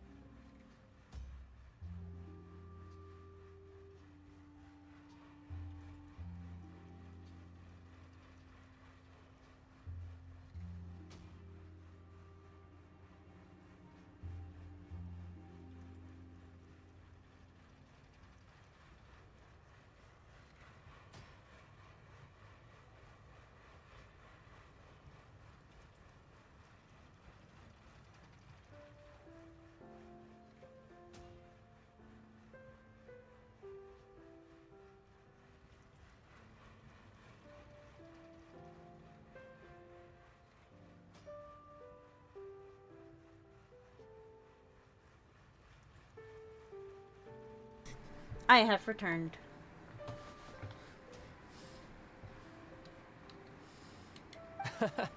I don't know. Maybe I still have a lot to learn about myself. But recently, there seems to be some sort of restless power stirring inside of me. And I don't know why, but every now and then I feel like I'm in a terrible mood. Huh. Maybe you losing control of your vision just now is connected with that power you're feeling inside. I want to make Child's earring. I don't know why. I feel like making it. It looks such a simple design. That is a possibility. So, about this power... I can't remember if I ever mentioned it before, but when I was 14, I fell into some unknown abyss. It was during that time I learned nearly all of my abilities. The one who took me under her wing and taught me was named Skirk. She was always quiet and very mysterious. Nobody knew where she came from or what she had been through, and she was always very strict when teaching me combat techniques. Look at your Instagram DMs, please. As you wish, mademoiselle. Okay. What did you send me?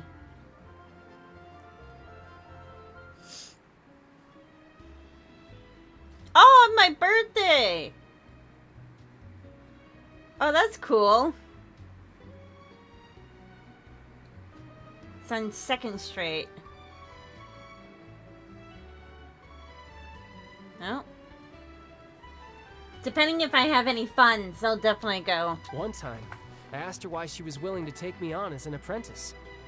From what I could make of her answer, it was because I had awakened it, and traces of it remained on me. She said that all my combat training would be useful in the future. Yeah, right now funds are very, very low because I'm not getting a lot of orders lately. So I'm hoping I get more orders soon. But what is it? What did you awaken? She never explained that. But my guess is that it's related to a dream I saw when I had just fallen into that abyss. In my dream, I was in the deepest depths of the sea, and the boundless seabed was all around me. But in front of me appeared a whale that was so massive, I felt like I couldn't breathe. A whale? Oh, that sounds familiar! When we fought against you before, you summoned a huge whale that seemed to leap at us. Is that the one? That's just an abstract form of a whale that I create using my elemental powers. It takes that shape because the scene I dreamt of the whale has always been stuck in my mind. I'll never forget it. Huh. So you used the whale as inspiration for one of your moves? Huh. Seems a little twisted to Paimon. The power inside of you connected to your incident in the abyss? So why don't you just go ask your master? Maybe she knows the answer. You make it sound so easy. Ever since the incident I experienced there, I've never stopped searching for Master Skirk and that unknown abyss. Huh. But it's been years now, and I've still found nothing. There isn't even a trace of the place where I remember falling into the abyss. That's strange. Oh, it sounds like some kind of ghost story. Not everything is about a ghost. Jesus Christ. Yeah, I'm out of leads at this point, but there's nothing more I can do. It seems that strange encounters in this world tend to be elusive like that. Oh, seems the time really flies when I'm talking with you. I just remembered I have somewhere else I need to be, so I should get going. What? More work for the Northland Bank? No, it's more of a personal appointment. Lately, I've been sparring with some of Fontaine's official champion duelists whenever I'm feeling bored. Official champion duelists? You mean it's their job to duel? Yep, in Fontaine, before a criminal goes to court, they're given one chance to defend their honor by requesting a duel with an official champion duelist. Huh. The champion duelists are all powerful fighters selected from among the nation's best. And the duel itself is a no-holds-barred fight with no specified stopping point. Ghosty ghost. Ooh, spooky. So engaging in such a duel is regarded as a symbol of defending your honor. If a criminal manages to win the duel, they'll be acquitted. But if they lose, they'll have no choice but to stand trial. And the worst-case scenario is that you're simply killed in the duel. Though it's rumored that Fontaine has a death penalty, from what I can tell, no one has ever been officially sentenced to death.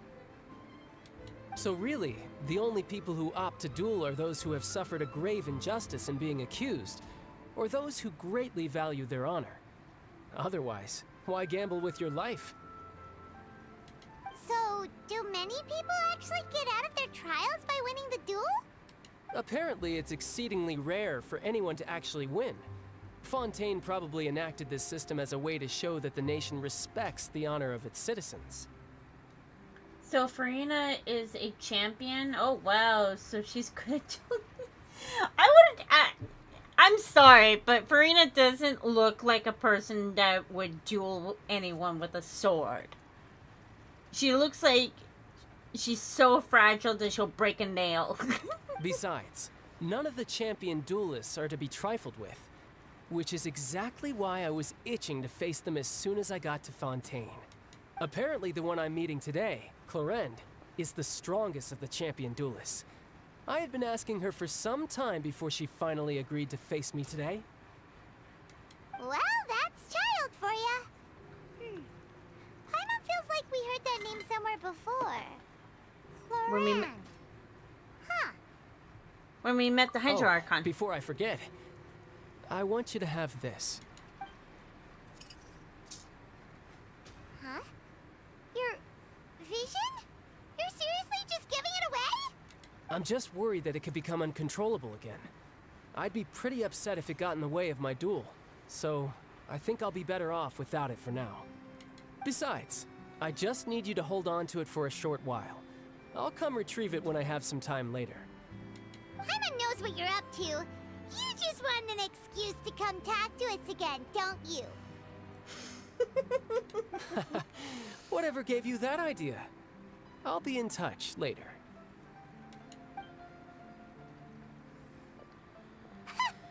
That sneaky guy. He said he's been feeling down lately, but he seemed the same as ever to Paimon. Since we don't have much to do for now, we might as well walk around and see the city before Lenny's performance. Okay. Under Paimon's certain leadership, he walked around the court of Fontaine. Wow! Who could have seen that coming? The reporter who was barely around for most of the story was the murderer all along! Don't blurt it out, Paimon. Sorry. Paimon was just surprised, that's all. Whew. Paimon never saw that twist coming. The murder mystery novels here are amazing! Never thought I would see the day when Paimon could enjoy The reading. whodunits here in Fontaine are a lot different than the light novels you see from Yai Publishing House. Both have their merits, but Paimon thinks this style of novels are more, well, novel.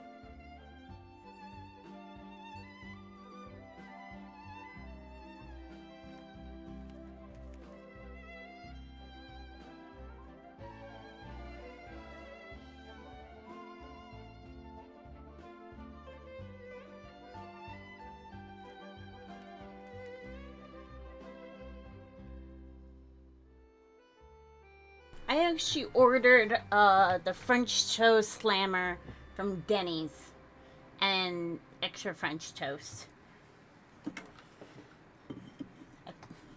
Dawn convinced me to get breakfast. I don't care what anyone says. Breakfast at any time of the day is delicious.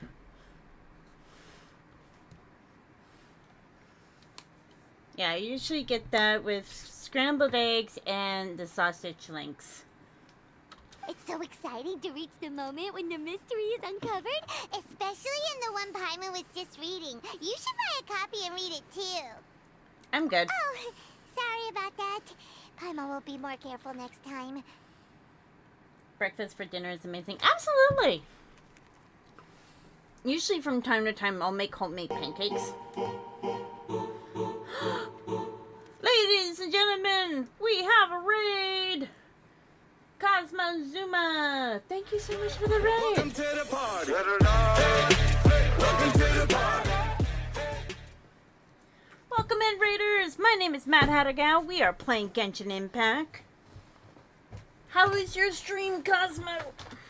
What were you playing? Hey, shouldn't we be heading to the Opera House to see Lenny's performance soon?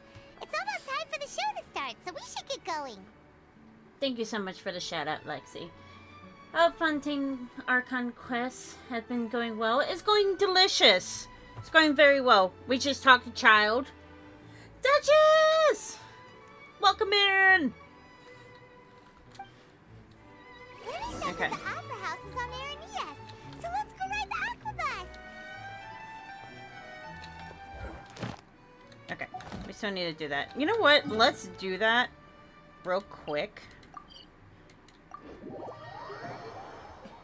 You'll be lurking? That's fine. I appreciate you stopping by. Oh, I just passed Catherine. That was an accident. Ad Astra Abyssal. Thank you for completing to. Ad Astra Abyssal. Okay, and then dispatch. Claim all.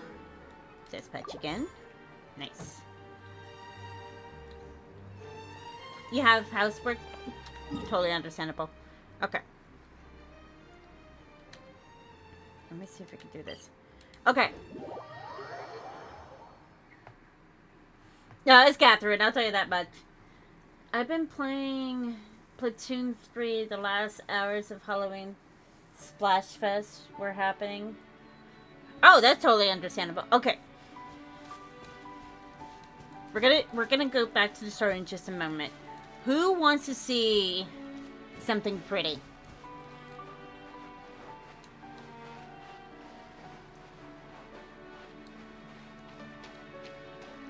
Say I in the chat if you want to see something pretty.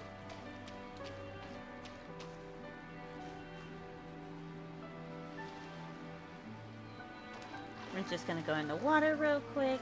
Lexi wants to see something pretty. Okay. You ready?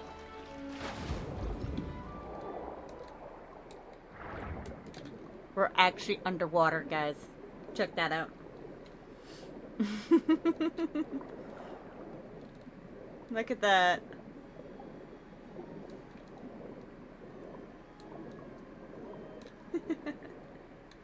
We're underwater. Isn't it pretty? And I love the music. What? Since when? So they added this feature the moment Fontaine came out. And you can only do this in Fontaine. You can't do this in other nations. Just Fontaine.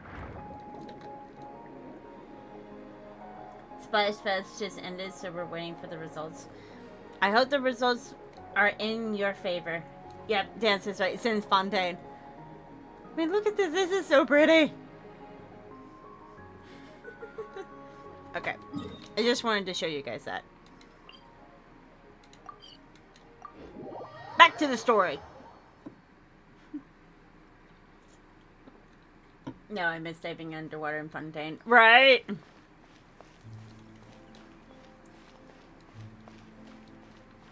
There's the opera house. Whoa!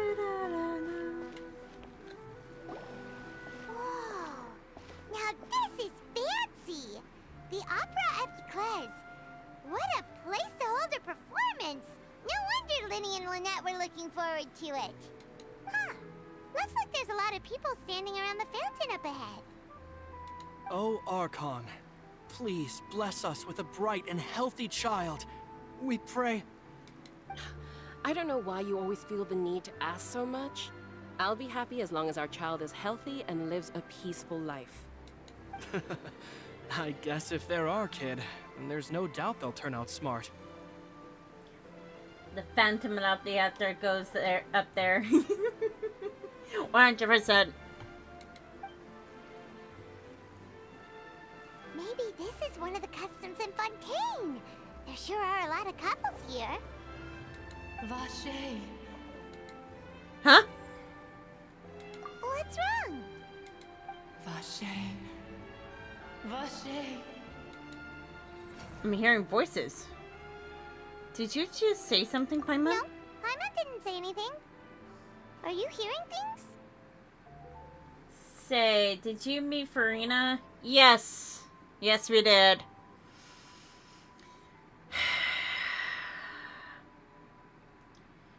Jellyby, welcome in! I just wanted to pop on PC to see this is beautiful. Watching the on TV while doing house stuff. So glad to caught it. Thank you, Amelie! Thank you so much, everyone, for stopping by on the YouTube chat. Shh. Those voices just now. Welcome to the Fountain of Lucine. All the water flowing through Fontaine converges here. It's customary for newlyweds to come here and wish for children. Huh. Lynette! You scared Paimon! When did you get here? Lenny asked me to wait here for you, remember? Right. By the way, Lynette. What do you mean? There are a lot of people here right now. The voice was coming from the fountain. Hey, you're not trying to scare Paimon, are you? Besides, it's the middle of the day. It's not the time for eerie things.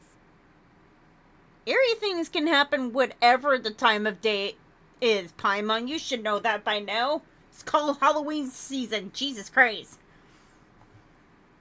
Or have you not walked through a cemetery? I see. I might be able to tell you something that could help explain the voice you heard. Oh? In fact, you might not be imagining things at all. I suspect that what you heard is a result of your hypersensitivity to the hydro element. Others in my family have had similar experiences. Huh. It's because of her sensitivity to the hydro element? But what would hearing a voice have to do with elemental power? When do you cry, Paimon? Wait, what? What does that have to do with anything? Just answer the damn question. Just answer me. When do you cry? When Paimon's really sad? Oh, and when Paimon's super happy. Oh, and also when Paimon's really scared. Then you should understand that tears contain your most intense emotions. True. Like I just mentioned, the Fountain of Lucine is where all the flowing water in Fontaine converges. Even the tears that fall to the ground will eventually gather here. So maybe what you heard was the intense emotion coming from someone's tears. Huh. That's an interesting explanation. So, what did the voice say? It seems calling someone's name. If you were hearing their emotions, then Paimon wonders what happened to them. When Paimon's very hungry? Yes, 100%. She turns anger. Rather than worrying about them, we should worry about my brother first. Uh-oh. Don't let that calm look of his fool you. He tends to get pretty nervous just before a performance. So chatting with Linny might help him relax a little before he goes on stage. That makes sense. Oh, right. That makes sense. Let's go in and see Linny. Now, if only we turn her into emergency, but someone have a large size pot for Paimon. We can just put her in there and just throw her in the oven. Paimon stew, anyone?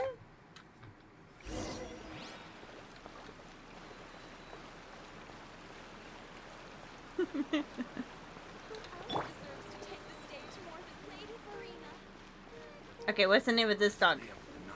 This dog has no name? Oh, poor doggy.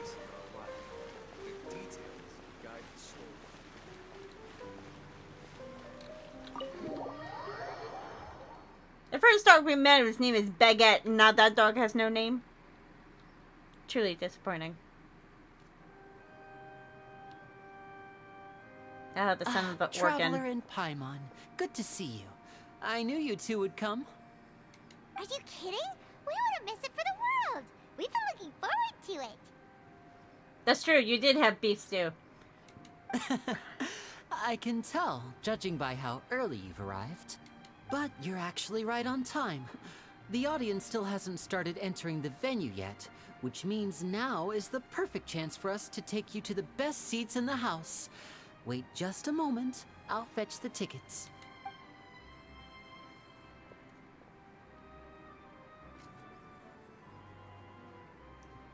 I can't wait to get myself a 3D printer next The year. Opera House has assigned seating, so you always have to make reservations.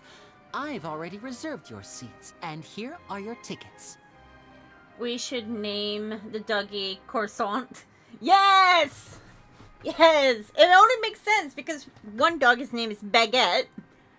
Might as well say the next dog be Croissant.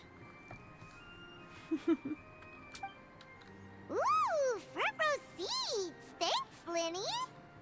Don't mention it. There's no need to keep thanking me.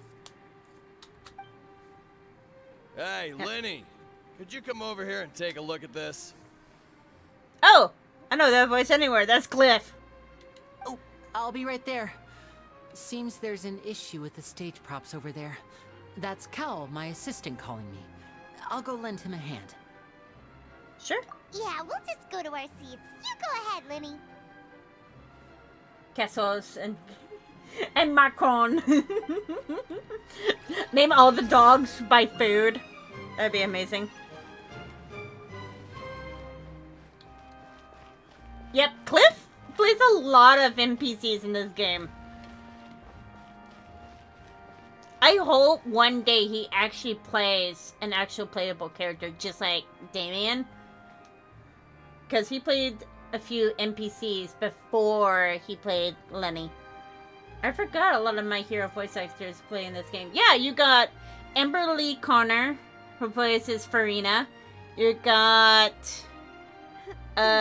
Christine McGuire. You got a lot of My Hero casts.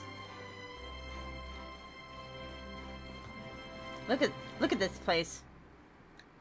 Good lord. Lexi, do you see him? Do you see him in the front row?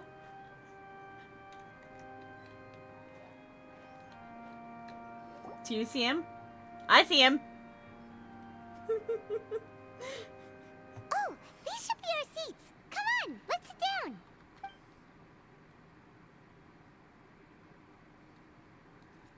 Oh no. I see him.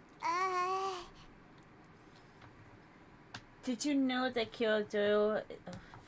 yeah, he played... Oh god, I forgot the character's name. But yeah, Kyo is in My Hero as well. Ain't he Mr. Ortiz? Awkward! I need an awkward moment. Be like, awkward! Hey, Traveler. Maybe we should strike up a conversation with the person next to us. Since we're sitting together and the rest of the place is practically empty still, it's kinda awkward if we don't say anything. Isn't that your usual job? You little... Of course you put this on Paimon. Making it sound there. Lenny, why? Why? Why would you put me next to him? I'm scared to hear it. Excuse me. I did not realize you felt awkward. I am terribly sorry. Well, ladies and gentlemen, the Hatter has officially passed away. Yep. Yep. Yep. I would be perfectly happy to chat with you if that is what you would like.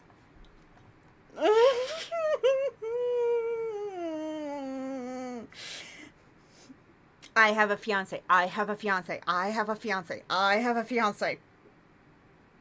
Oh god, but it's Riches, man. Oh, so you heard all of that, did ya? Boy, you sure have good ears. Paimon thought she was keeping her voice down. So no mods. Yeah, there's no mods. I'm a ghost now. Okay, Hatter has officially passed away. Barry White buys me. Wait, that's not it. Paimon's sorry. Paimon's the one who was being rude, talking under her breath like that. So let's talk. But what should we talk about?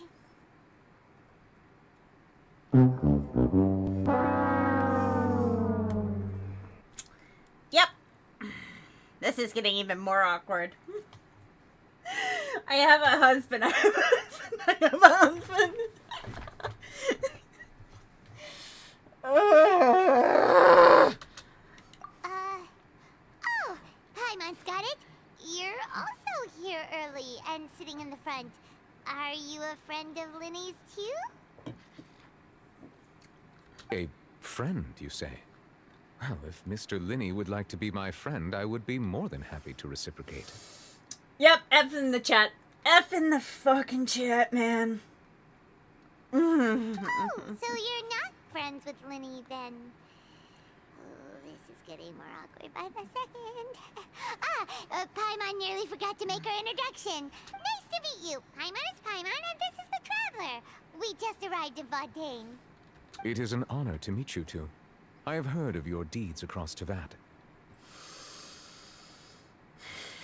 And as required by proper etiquette, I will also introduce myself.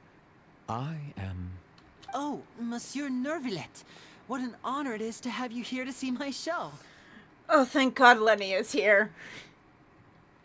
Dude, I was holding my breath the entire fucking time. Ah, Mr. Linney. I should say it is in fact an honor for me to see your performance in person. When Ray signed my Nouvellette print and used the voice, I had to remember how to deep breath. I'm trying. Okay, everyone do a breathing exercise with me. Breathe in and breathe out. I know. When I met Ray Chase the first time, I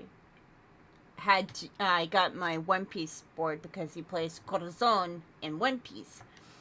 But he was using his Neuvillette voice so much that it was like second nature to him, and I was just like, my boyfriend's right next to me, my boyfriend's right next to me, my boyfriend's right next to me. Wait, Neuvillette? Could he be...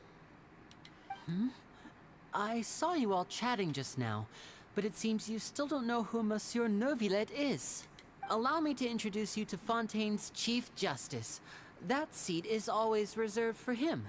It wouldn't be too much to say that he's the symbol of justice and honesty here in Fontaine.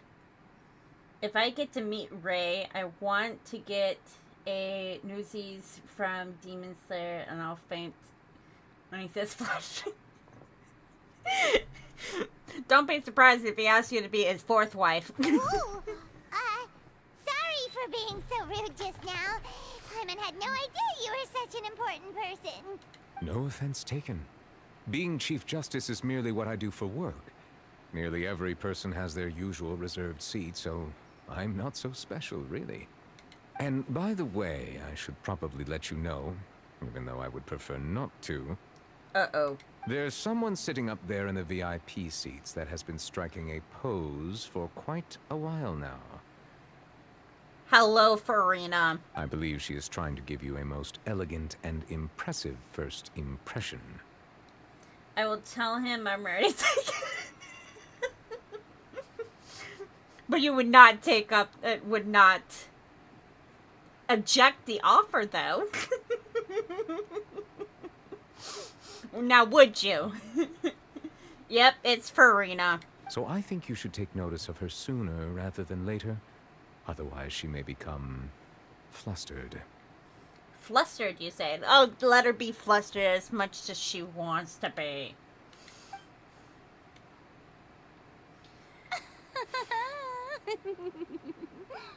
Huh? Oh, it's Farina, the Hydro Archon. Huh. She sure has a smug and satisfied look on her face. Guess she has no idea that you saw right through her act. That's a con, of course. If my husband is not around, then yes. Fair enough. Very good. That is for the best. No need to pay her any more attention. We may now enjoy the show. Huh?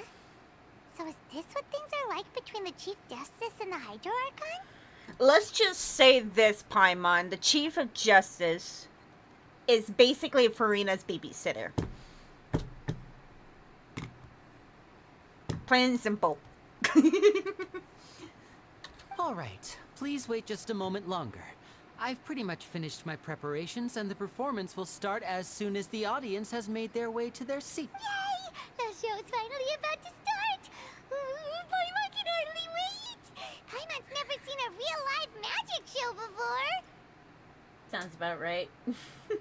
Yep. The crowd enters the venue and curtains open to begin the show.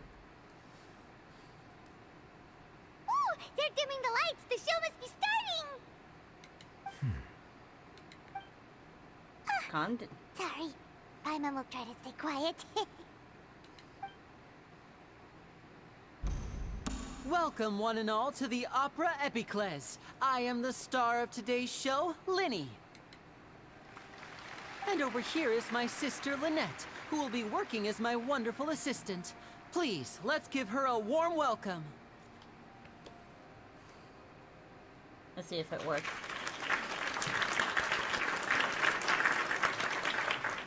There we go. Hello, everyone. I know she may seem to be a little sleepy right now, but that's just a sign that she's nervous. Applause! Applause! Whatever.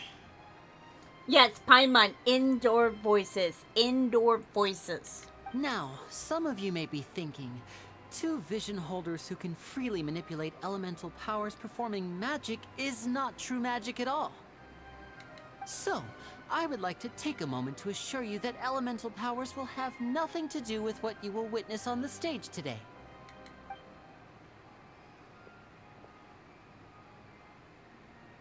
Both Lynette and myself have removed our visions for the show.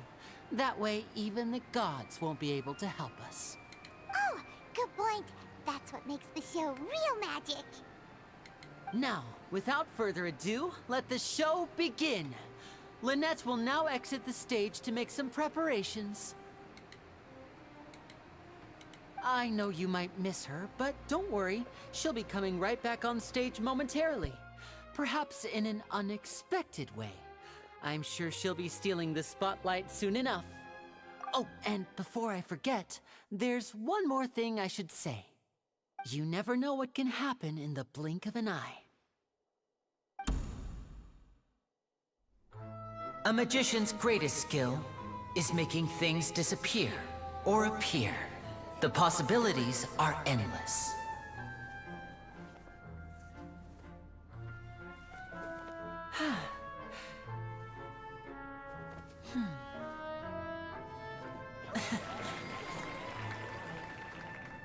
Huh?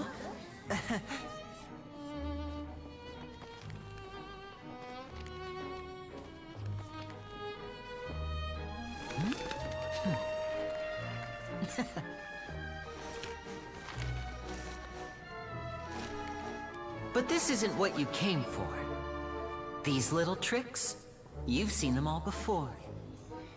So it's time for something truly extraordinary, don't you think? This one's a little tricky.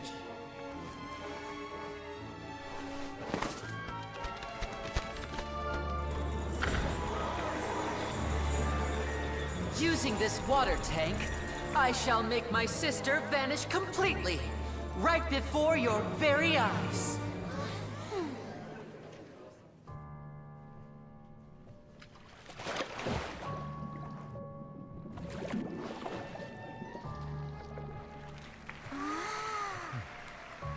It's actually quite simple.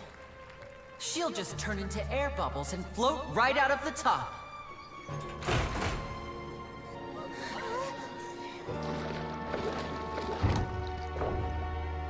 Oh no!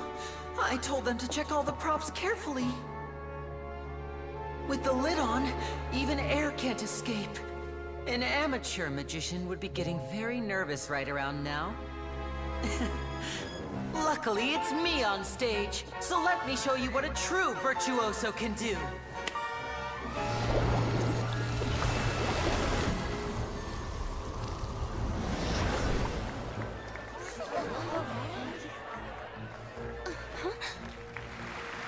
Lynette, are you still there? Don't go too far. We don't want to use up all our magic. Hi, I'm back. Uh-huh.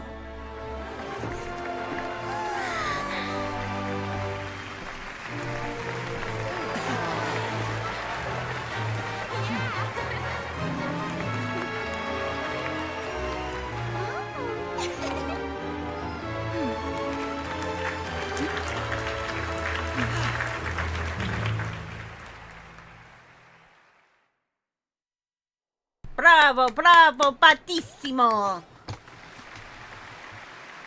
Whoa! What in the world just happened? How did he do that? Paimon didn't see him do anything! Wasn't Lynette inside the water tank? How did she disappear and then reappear out of nowhere? No wonder he's a famous If we magician. could see easily through his tricks, then that would mean that his skills are still lacking. To appreciate magic, you should focus on the show happening on stage, rather than getting caught up in trying to see that which has been intentionally hidden. Made some pancakes, eggs for you, Hatter. Oh, and some turkey bacon as well. How did you know Hatter likes turkey bacon?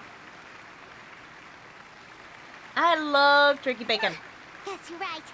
Paimon couldn't believe her eyes when Lynette reappeared. Amazing! Thank you everyone. I'm glad you enjoyed that performance. Lynn? How dare you? How dare you send me that while I'm streaming? But our magical journey has only just begun. I've prepared even more astonishing surprises for everyone here. Ooh, more?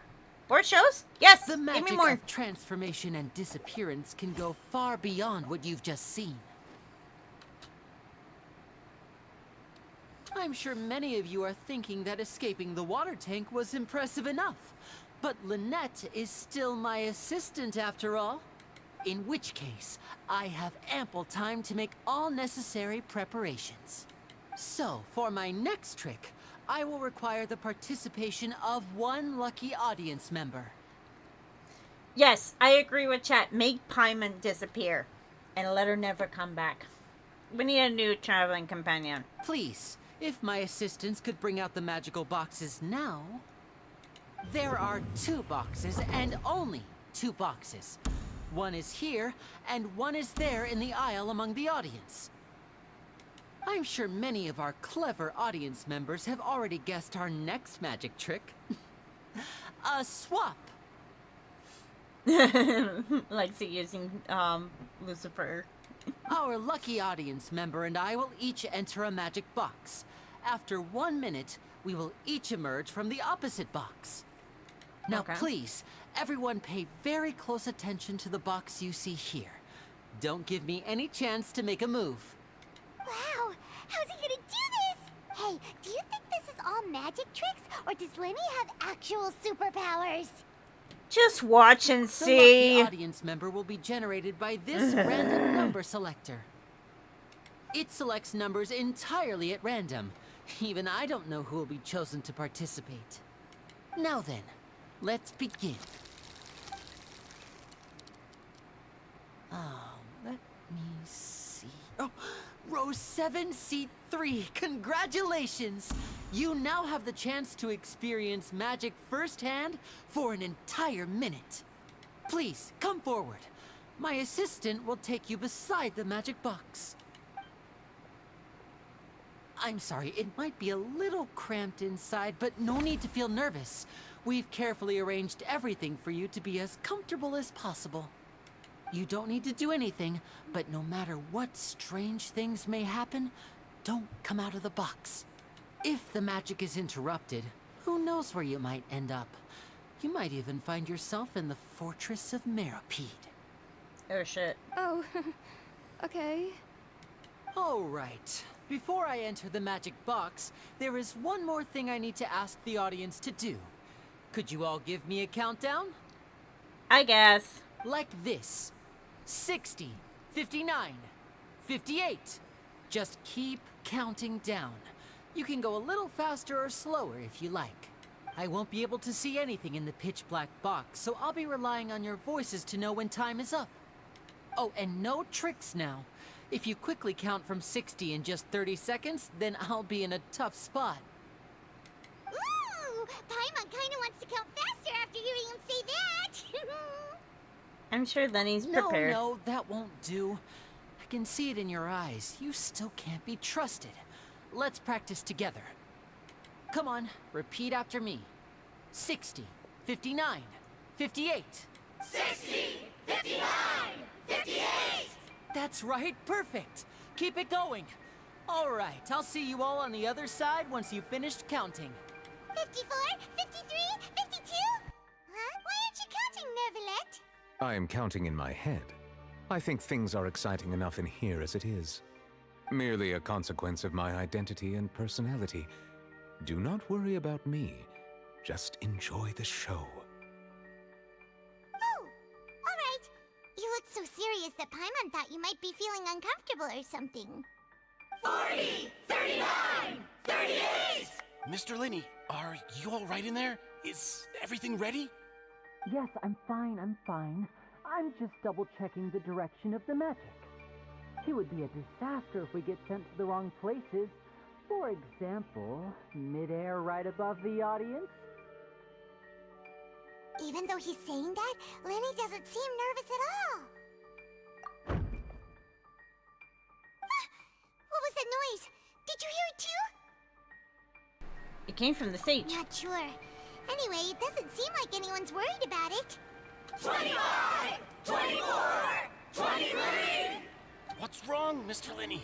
I can still hear you moving in there. I seem to have accidentally knocked over a decoration. I'm trying to fix it, but it's pitch black in here. I can't tell left from right. Never mind the decorations. There's no time for that. The show is what's important. No, that's unacceptable. I want my show to be perfect. Don't worry, we still have 20 seconds. Hear them counting? 19, 18, 17. It seems things aren't quite going as planned. I apologize, everyone. It feels like you're all starting to count faster, but that's all right. I know it can be tiring to do such a long countdown. 10 seconds and change is still plenty of time. 10. Almost there now. Whew. Swapping two people is harder work than you might think. Even a master magician like me can't guarantee I'll get it right the first time. Hey, wait! Is this the back one? I can't tell. They both look the same inside. Huh? Nope, that's not it. I'll try again. 7. Hey, slow down! Honestly! 5, 4, 3, Whoops! That doesn't count! 0.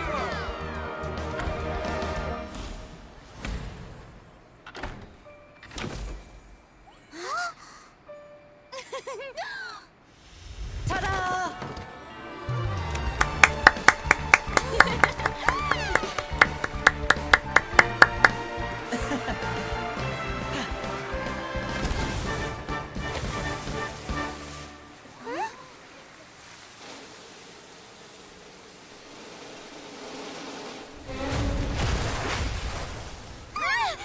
The fuck?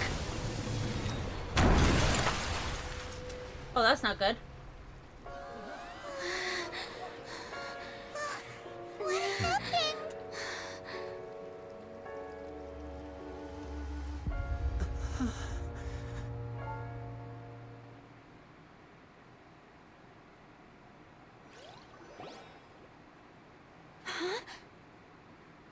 Oh, that's not good. Is this part of the show? I don't think so. And hello, Sleepless. Welcome in. Mr. Lenny, you're going to use magic to fix the stage now, right? What happened? Oh no. Maybe this isn't part of the show. The girl was still in that box, right? This performance is over. Medical staff with me. Guards, secure the scene and detain all the performers. Seal the exits. No one is allowed in or out at this time. Yes, that's right. If this was just an accident, then we must investigate the cause. But if this was all part of some scheme, then those accountable will not escape the judgment of the God of Justice. No need to be alarmed, you two. We'll get to the bottom of this soon enough.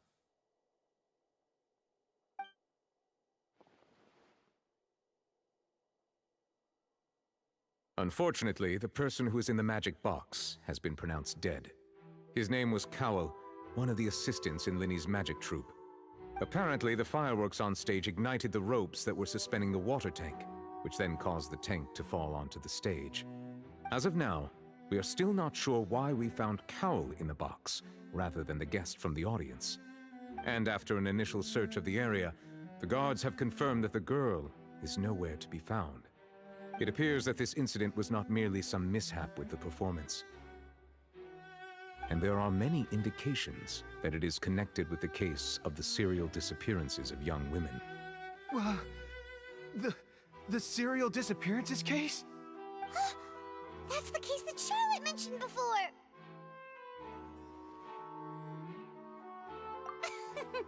I know the truth. I can see through the whole thing. Really, using such a shallow and obvious mystery as his finale. Did he really underestimate us that badly? I say that our powerful magician, Mr. Linny, is now the prime suspect for the serial disappearances case. Yep, Cliff died. Why me? This whole thing was an accident. No, this all occurred during your magic show, did it not? The missing girl disappeared after being chosen, did she not? The deceased is one of your assistants, is he not? Okay. Now that I think about it, that whole speech about magicians making things disappear was nothing more than a provocation, a bald-faced challenge. Alright, I know I'm gonna leave this on a cliffhanger real quick, but I gotta use the restroom and walk little one, so I'll be back.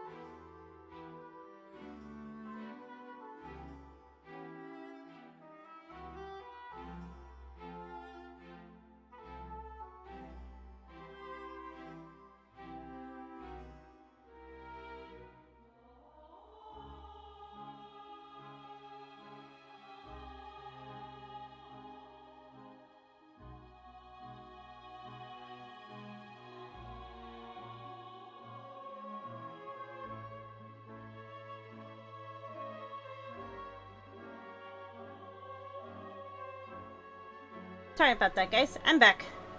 Okay, what did I miss? Will you be at Dusty's life? I will not, Bay Fox. I'm with family today, but I gotta support my hatter. I truly appreciate a sleepless. It's... I'm back. Can't be right. How can Lenny do this? He was in the box on the stage the entire Thank you, time. Cosmo. We can even hear his voice. Besides, before the show, he told us that he would like to catch the criminal behind the disappearances. He couldn't possibly mean catching himself. He is a suspect at most. Save discussion for a later time, please. Lady Farina, may I assume that your comments just now constitute an accusation against Mr. Linney and his associates, and that you are pressing charges? I just think that he...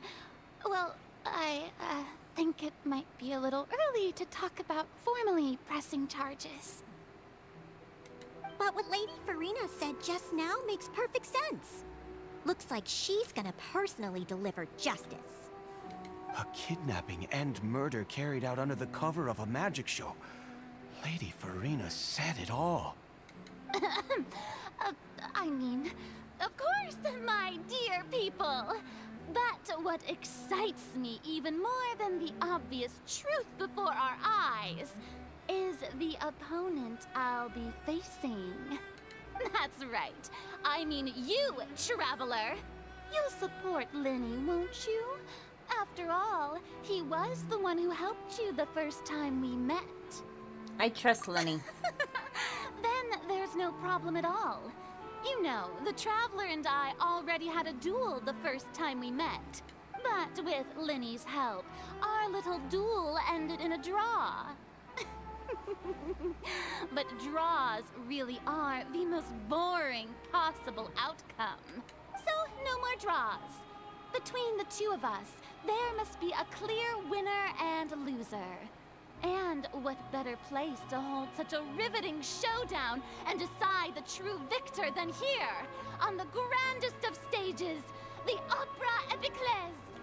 See, like, did we really have a duel, Farina? When I hear the word duel, I'm thinking swords and all. But the way they say duel is like court cases or ways to solve issues. I don't know. Fontaine's weird. It wasn't a draw.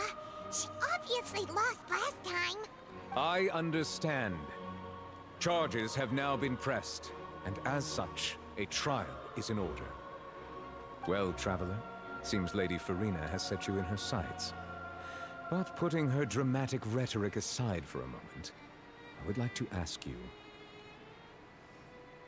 are you willing to act as Mr. Linney's attorney and defend him in this case? Yeah, pistols as well. Either pistols or a sword, depending on how you want to do the duel. Very well. The trial will be held a day from now in the Opera House. Both sides may investigate the scene to build their cases and search for the truth. Linney and his troupe are all potential suspects and shall remain within the Opera House. The audience may begin to leave in an orderly fashion once they have been cleared by the guards. A day isn't that long.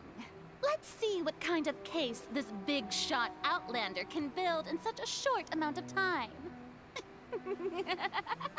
I'm really quite looking forward to hearing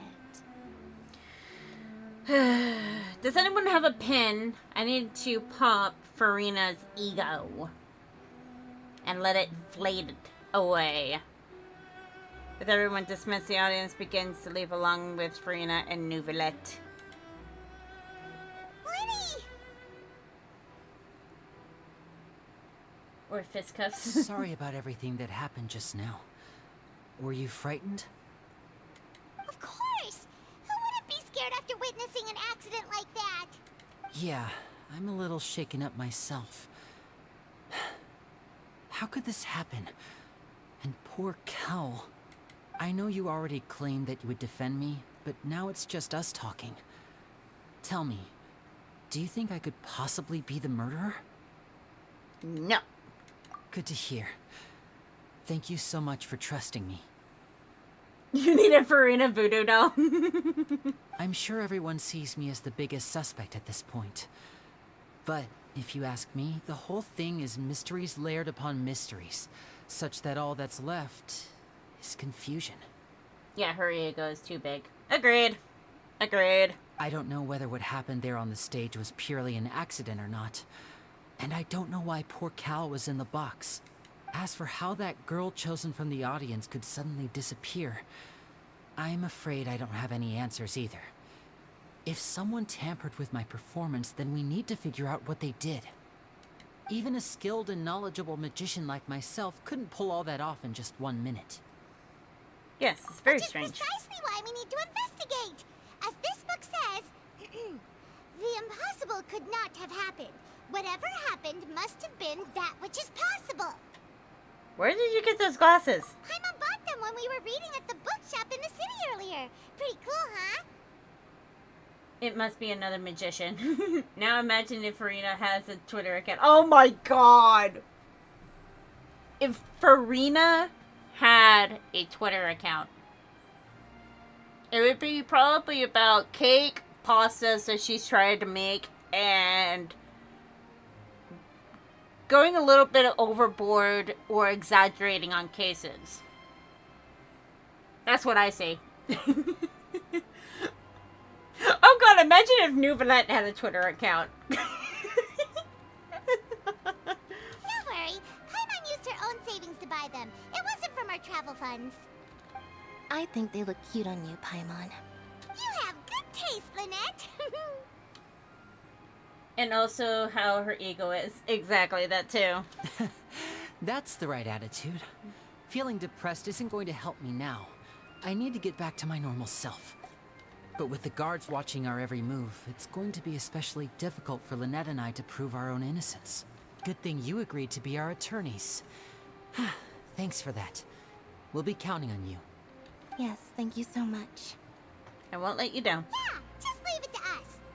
Oh, since we're going to start investigating, Paimon has a question first. Where did Lynette go during the performance? Paimon's starting to grow on me. I think I'm going soft. No! Don't consume yourself with Paimon's kindness! Don't let it consume you! Don't let it consume you! Oh, well. I'm afraid that would involve some of our essential trade secrets as magicians. The secrets behind our magic are past saving, Linny. I suppose you're right. The truth behind our tricks is going to be important evidence that will be weighted during the trial. Who said that? That would be Bay Fox on YouTube side. 'Tis truly a pity. As a magician, our magic show is a work of art. We've poured countless hours and spared no effort in perfecting it. But if revealing our secrets will help you uncover the truth behind what happened, then it will be well worth it. We should go somewhere else if we're going to discuss our magic tricks. We'll go speak with the guards, and in the meantime, you can go investigate the stage and the seating areas.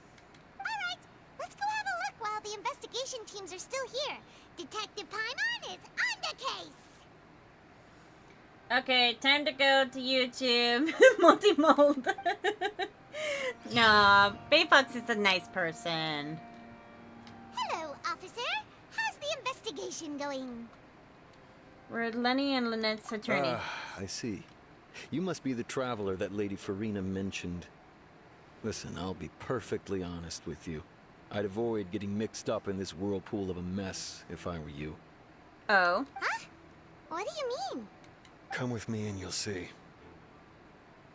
The deceased is one of Linny's assistants, named Cal. Even though he hadn't joined the troupe long, he was hardworking and everyone generally liked him. The assistants are usually in charge of setting up and inspecting the props, as well as assisting with the show and keeping the crowd engaged. As you probably saw when you were in the audience, the water tank suddenly fell and smashed the box with Cowl inside it. But why was Cal inside? This is the real mystery. We've already searched the scene and were unable to find any traces of the girl. However, if you look carefully, the box was positioned directly under the water tank. The ropes holding the tank were then burned by the pyrotechnics on stage, causing them to snap. All these factors lining up so perfectly makes it hard to see this as a mere accident. If anything, the more logical explanation is that the whole incident was intentionally planned, and Linny is the most likely person to have access to all these areas. Objection! Hearsay. But he doesn't have I couldn't help it. Are you both good friends of his? I wouldn't say that. Well, you can't say we're good friends, but we've known each other for a little while. So in just a short time, he was not only able to win your trust, but even convince you to act as his attorneys. I know there's no such thing as magic. The real trick of a magician is holding the audience in the palm of their hand. Trying to ask you. I have an excellent idea. Let's change the subject. I've seen a lot of cases, and I can tell you that people are the least reliable kind of evidence. But that's not always true. Sorry, I tend to be pretty straightforward. Just know that I'm warning you for your own good. Hello, Lexi. Anyway, you may investigate the scene of the crime yourselves if you're curious. Who knows, maybe you'll be able to come up with some new evidence.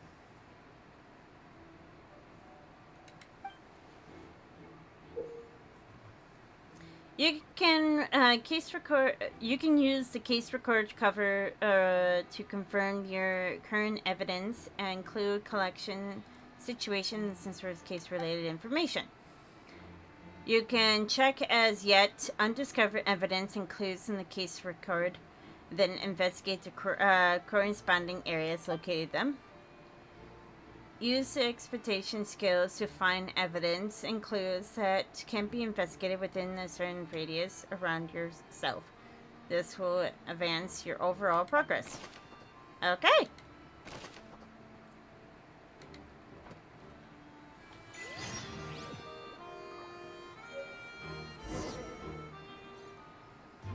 All right.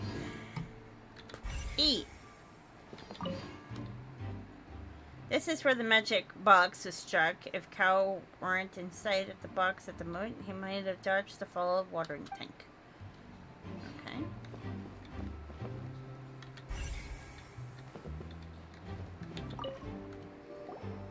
So this is the rope that broke and caused the water tank to fall. Yep, time to be Sherlock Holmes. The rope looks pretty durable. How can it be burned through so quickly by fireworks? Or... Why are you suddenly so serious, Traveler? I'm just looking at where the rope snapped. Oh, look! This bit is made from different material. Most of it was burned away, but there's still a little bit of it left. The main phrase, Ace Attorney. Right? Like a type of flash cotton. So if a rope meant to hold something was made with that kind of material in it, then that means... Wait, why don't you write all this down? Let's take notes. Every cop show I've watched says the first step is to figure out who had a motive. Sleepless would be Watson. I'm fine with that. I'm actually a big fan of Sherlock Holmes. I've actually never played nor watched Ace Attorney.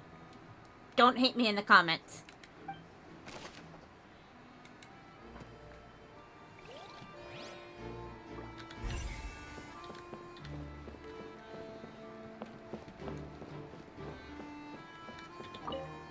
Maurice.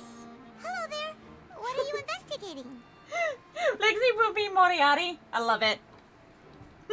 Time to run. Oh, this location has also been cordoned off because the Magic Troop members are currently considered prime suspects. The investigation team is still collecting evidence. The seats were all booked in advance, so we were able to deduce the missing woman's identity by checking the guest list. Could you tell me who she is? Sure. It's not like this is confidential information. We will publish it later anyway when we petition the public to help us find the missing person. Her name is Halsey. She's a painter from Fontaine who's made a bit of a name for herself. Apparently, she wasn't a regular at the Opera House, but she'd been feeling some pressure with her work lately, which made her decide to come see the magic show.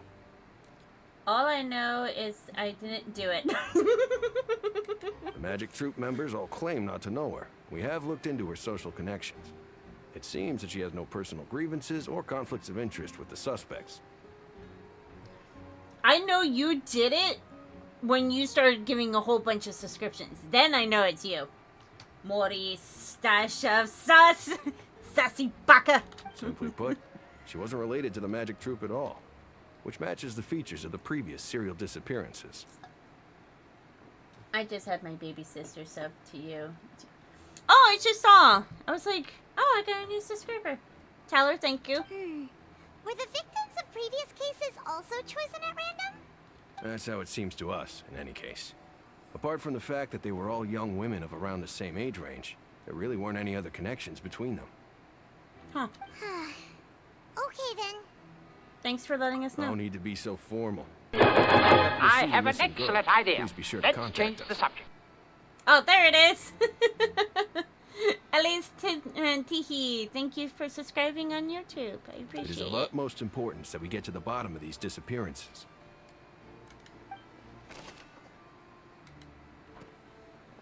Wait. Hold on.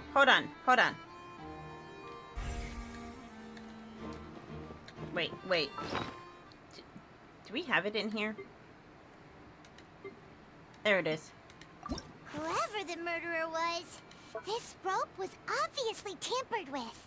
Why would it be him? Gosh, no wonder the serial disappearances never got solved. Guys, what does she look like? Because I already seen this face before. We already seen this woman before. Way before the show.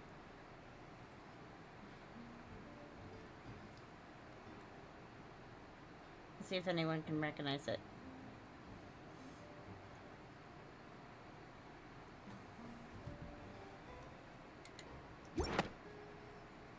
Oh, child's vision. Bingo! 10 points for Lexi. That is correct. It is the thief that we saw earlier. The broken magic box was left on the scene after the guards complete their investigation. Looking at it, the water tank must have been struck really hard. Yep, it is the thief from earlier.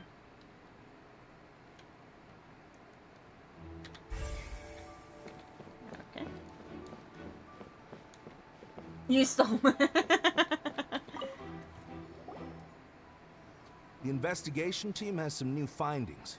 Turns out there's an issue with the random number selector after all. Oh? See, I told you. What if the machine picked some big guy's seat? You think the murderer would have still made his move then? Sorry to interrupt, but we're helping Linny and Lynette with their side of the investigation. What were you saying about the number selector? There's something wrong with it? You're trying to help them? That'll be a tall order. Linny used the machine to pick a random member of the audience during his performance, right? The lucky girl that later disappeared.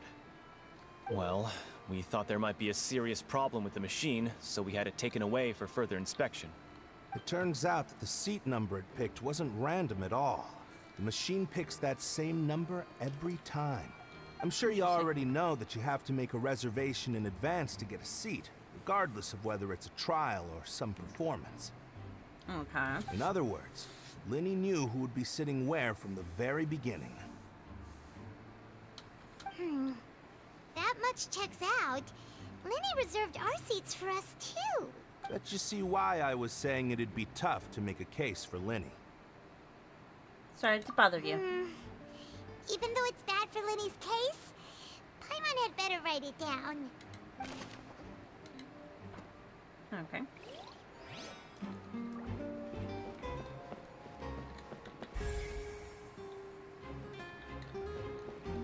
We talked to you, we talked to you.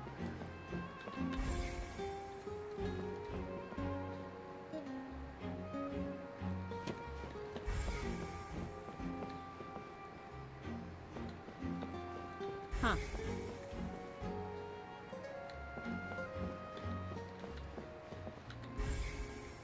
Nope, nothing there.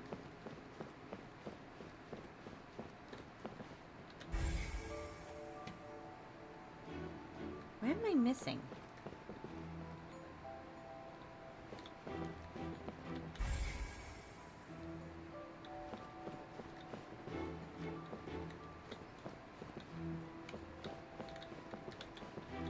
Alright, we already investigated that. Ah!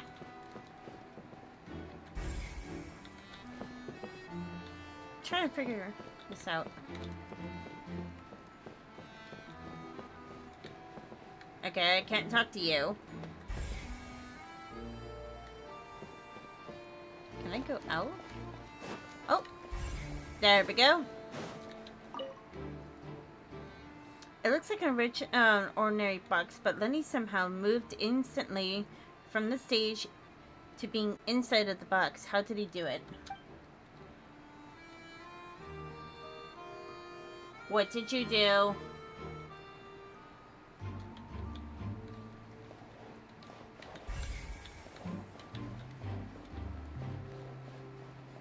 Oh, the other assistant. I see that you're investigating the area. Well, it just so happens that I'm interested too. If you find any new and interesting leads, be sure to share them with me, all right? What's the catch? I don't have too many thoughts yet. Then why don't I tell you my hypothesis first? The way I see it. And I'll start it with that loud thud. The thud? Oh, you mean the sound that happened during the countdown? Yes, exactly. It wasn't terribly loud, but I suspect that most people heard it. It's just that everyone was awaiting the results of Lenny's trick with bated breath, so no one paid it much mind. But now that the incident has happened, the thud has become an important clue. That makes sense. So, what do you make of it? I'm of the opinion that it may have been the sound of Lenny's accomplice. Lynette, perhaps. Jumping atop the water tank, or something like that. The thud heard around the opera house. When the pyrotechnics went off, she cut the rope, sending the water tank crashing down. It doesn't... Okay. Wait, wasn't the noise we heard too loud for that? Perhaps the balance wasn't right, leading to a particularly rough landing. Excuse me again. Then wouldn't the water tank have started swinging a bit in the case? That's true. I suppose I must reconsider. That does remind Paimon, though. What was with that sound?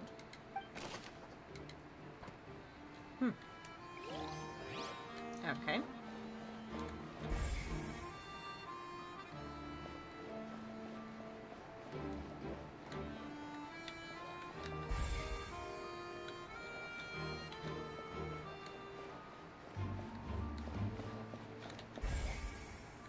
Nope.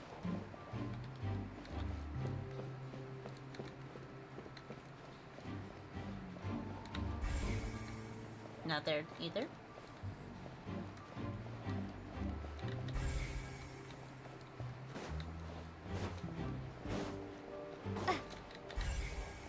Aha! Over there. Let's go. Lenny's still talking to the guards. It seems he'll have a lot of explaining to do. I think someone will be assigned to monitor us later, but that's alright. Lenny's still talking to the guards. I think someone will be... Okay.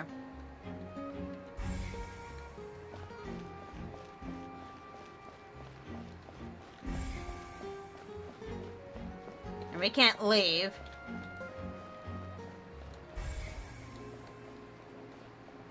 I'm trying to figure out where else we're supposed to go.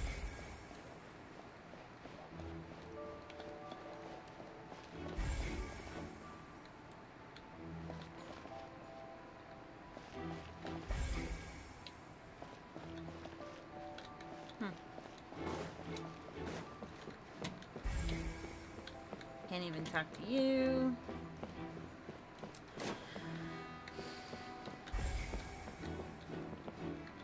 Can't talk to you. Already talked to you. Where am I missing?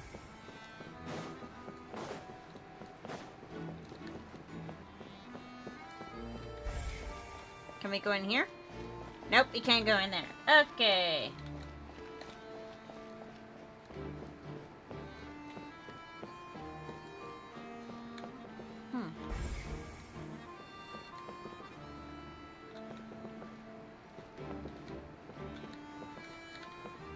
Trying to figure this out.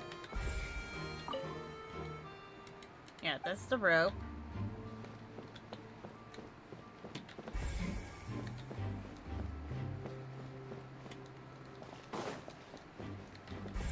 Nope, can't talk to you.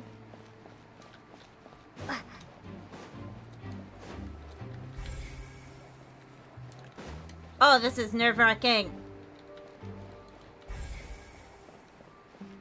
Where are we supposed to go next? Over here? Nope, can't talk to you. Can't talk to you. Okay. Am I missing something?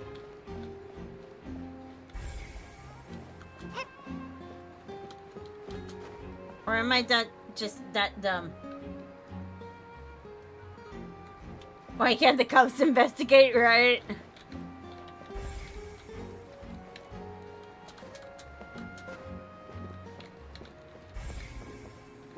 No, I don't want to sit.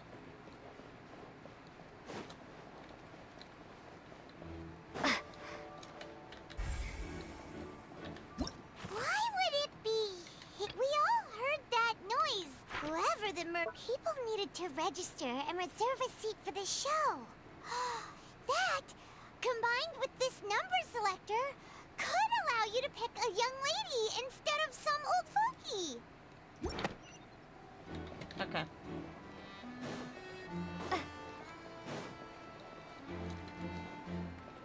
Well, that did that. Okay. Let me out! Thank you. Hey, you! Yes, both of you. Over here. I've been keeping an eye on you for a while now. Who? Me? Huh? You mean us? That's right. If I'm not mistaken, you're also among those who wish to cut down the thorns and pursue the truth. No? And by the looks of it, you're not from Fontaine. Well, you're right on the more about that one, but who are you?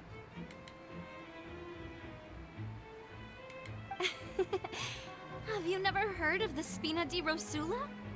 Nope, never heard of it. From mediating disputes and providing protection to solving conundrums, you name it, Spina di Rosula does it. And I, Navia, have the honor of being its renowned president. Though those who play by our rules call me boss. I'm Silver, her attendant. Pleased to meet you. And I'm Melus. Demoiselle's various daily needs and affairs are under my purview. Huh? Boss? Demoiselle? What gives with the names? Unbelievable. Have you changed your mind now, Bay Fox? Well, I am the second generation president. Malus and the others are still used to my previous title. My apologies, Demoiselle. Should you prefer, boss, I will endeavor to use that instead. No, no need. You don't have to call me boss. Just Navia is fine. Okay, if you say so. Not that we're members of Spina di Rosula anyway. All merely trifling details. Never mind. Now, back to the situation at hand. Do you want to investigate as well? That's right. I've always kept an eye on the serial disappearance cases. My interest stems from a matter back from my father's time. Judging from the look of things, I find Linny an unlikely mastermind. Really? We think so too! That's why we're looking for clues now. I'm debating to go get food. Yes, Navia. But how did you come to that conclusion? Intuition, naturally. My unparalleled intuition. Okay. Irina sure was quick to point the finger at Linny without any decisive evidence whatsoever, wasn't she? But that's not uncommon for her. If you remember, the Justice had to interrupt her and ask if she was pressing charges just to keep her from getting carried away. Told ya. Babysitter. Anyway, a trial begins the moment someone levels charges. And, of course, there was no way Farina was going to back down in that situation. Sounds more like you just don't trust the Hydro Archon.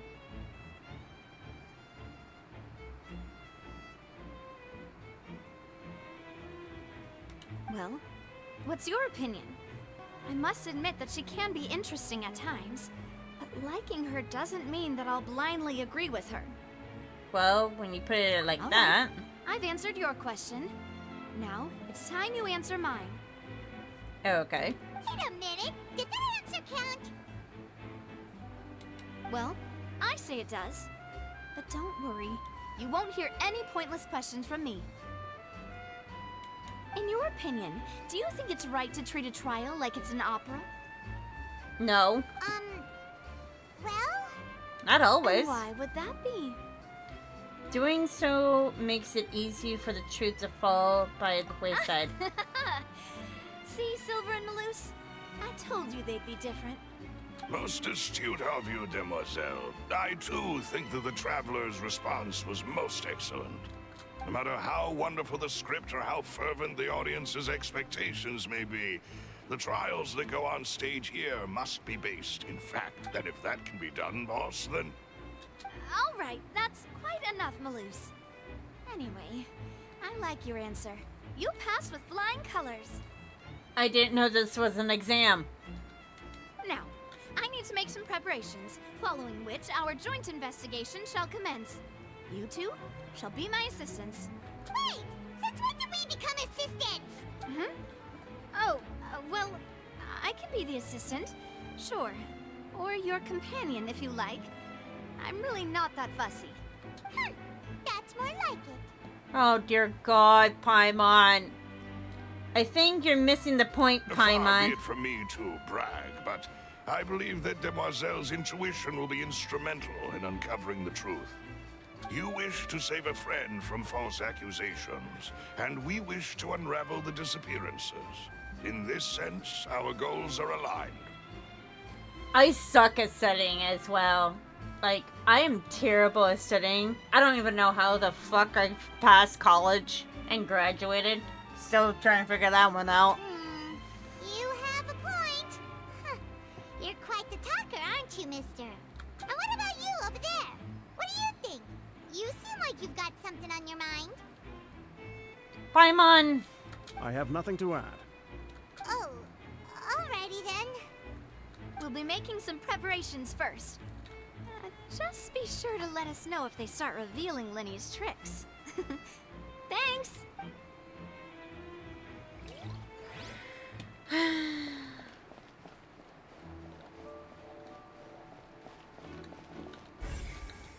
Melusine!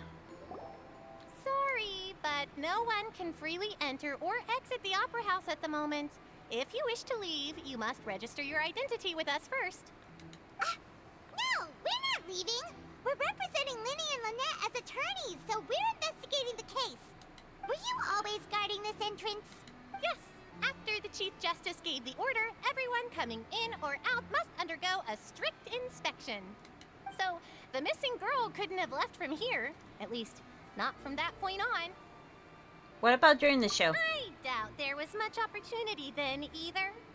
How can you be so sure, Well, because I was in charge of security near the entrance at that time. I couldn't see Linny's performance from here, which was quite a shame. Just my luck. But still, I did not abandon my post. And I stayed put no matter how loud the applause was. If someone had so much as even approached the door, I would have noticed it, let alone if they had tried to leave. That makes sense. We Melusines are good at that sort of thing, you know. So, it's safe to say the girl couldn't have left through here.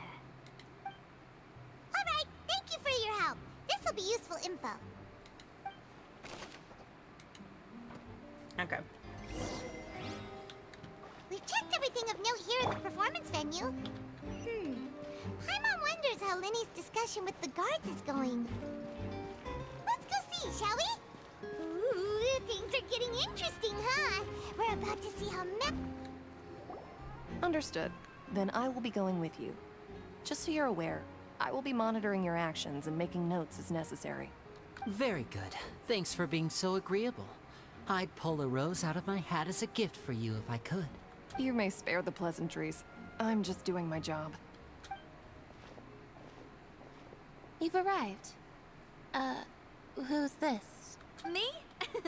I'm Spina di Rosula's guardian angel. If you've got a problem, I've got the firepower. Sorry, I got a little carried away there. Call me Navia. I'm a partner of theirs, and will be helping investigate this whole situation. And these are my companions. Would you mind if they join as well? Fine by me. Oh, new helpers? I would be most grateful. Well, let's just say we're tagging along. It's not every day you get to see the secrets behind magic performed on such a large scale. I appreciate your kind interest. Come with me. We'll be heading below stage. Huh? Below stage? Yes, a world of secrets is hidden beneath this magic box, prepared specifically for this switcheroo trick. But before I reveal everything, you should have a look first. Notice anything strange here?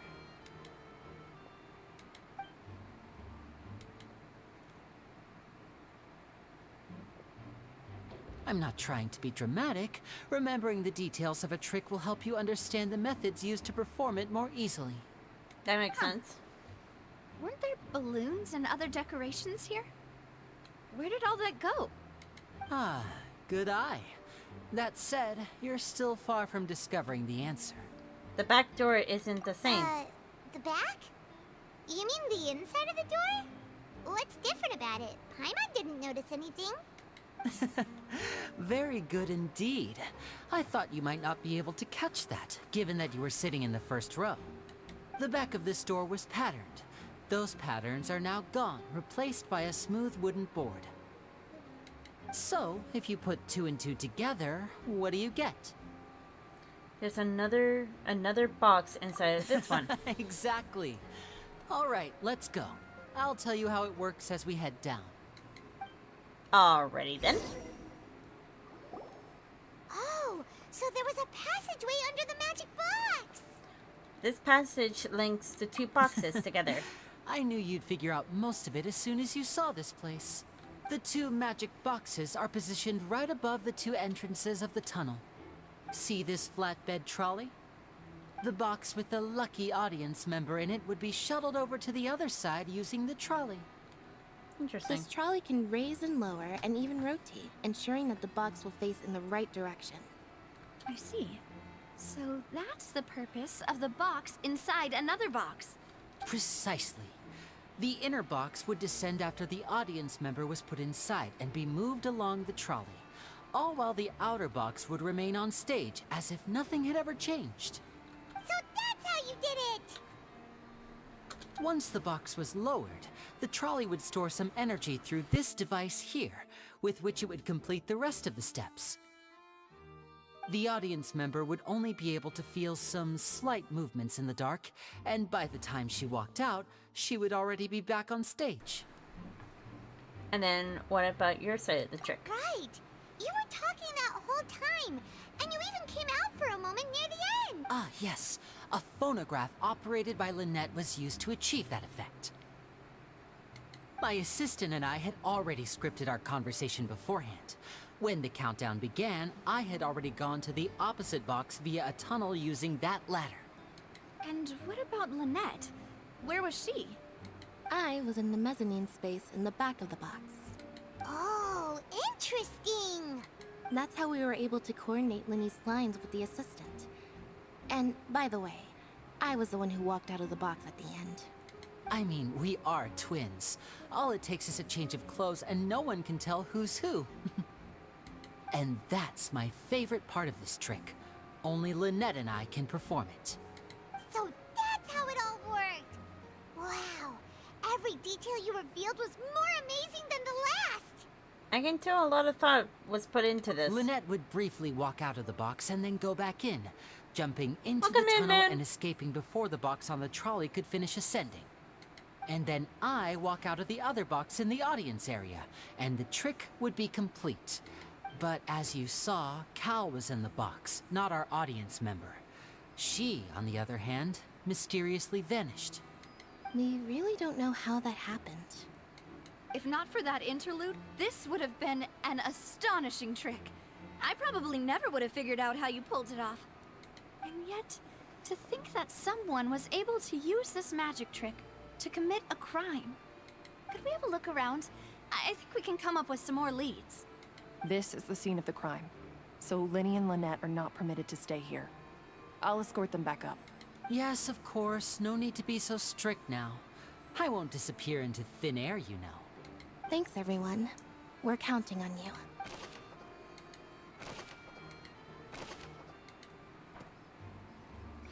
Huh. Alright.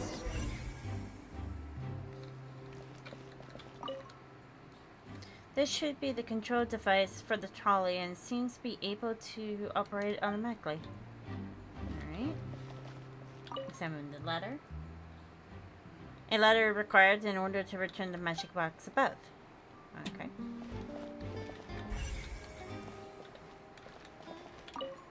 What's this? Huh. What's this? Jinx! Looks like a hook tied to the end of a rope. Huh? There's all kinds of odds and ends here. Lenny didn't mention this really. Perhaps it was a prop for a different trick. But why would it have been left here? Whatever it is, let's make a note of it first.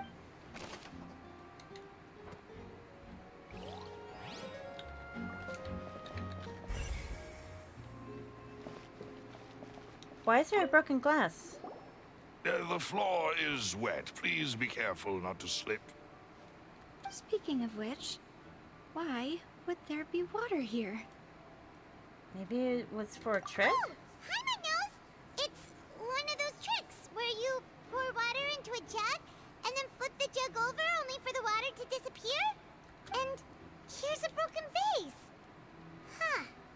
Did the trolley knock it down while moving? That can't be. The trolley moves along tracks from start to finish. It couldn't have hit the vase at this distance. Let's note this down too and think about it later. It looks like a struggle happened.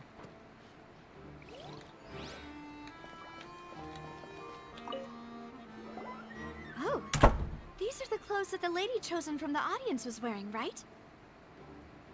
Jellyby! Thank you for the follow! Welcome to Wonderland. Her clothes are here, but she's nowhere to be found. Lenny didn't mention the guest having a word change. Right. And do you really need to do that if you're kidnapping them? Ugh, this is so confusing. Paimon doesn't want to be a detective anymore. Oh my god. Paimon doesn't want to work anymore. Paimon wants to take a nap and Paimon wants to eat. That's all I'm hearing.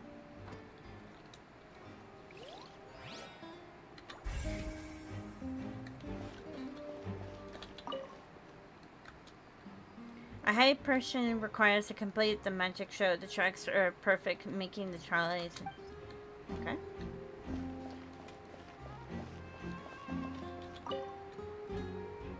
All kinds of props and costumes have to lay stuffed inside.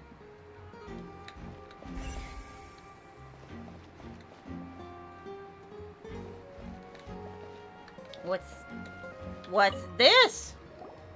What is this place? It looks like a vent. It seems someone could fit through here. Huh. Could this have been the suspect's escape route? Alone, perhaps. But if they had to pull another person with them, the space would be too narrow. But there are no other ways in or out of here. Other than those that go through the magic boxes. Oh, you're right. Let Paimon write that down. Okay.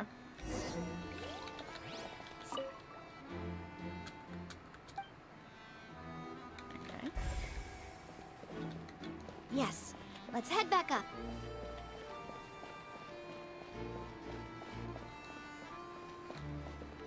return to the surface.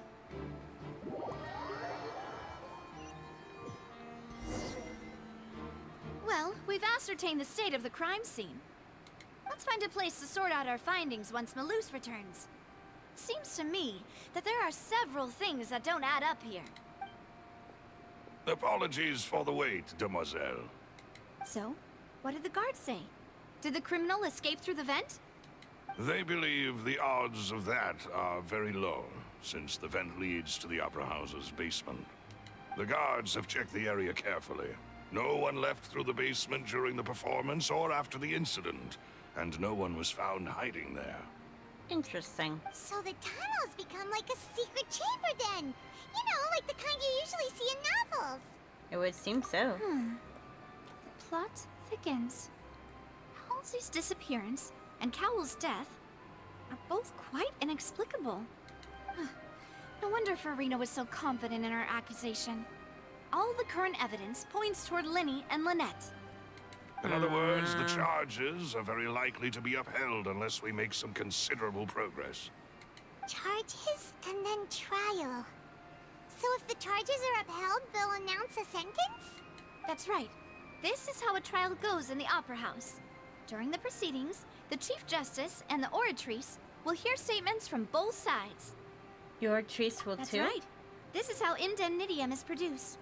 The statements from both sides, the defenses from attorneys, witness testimonies, and even the audience's emotions will all be projected on the Oratrice.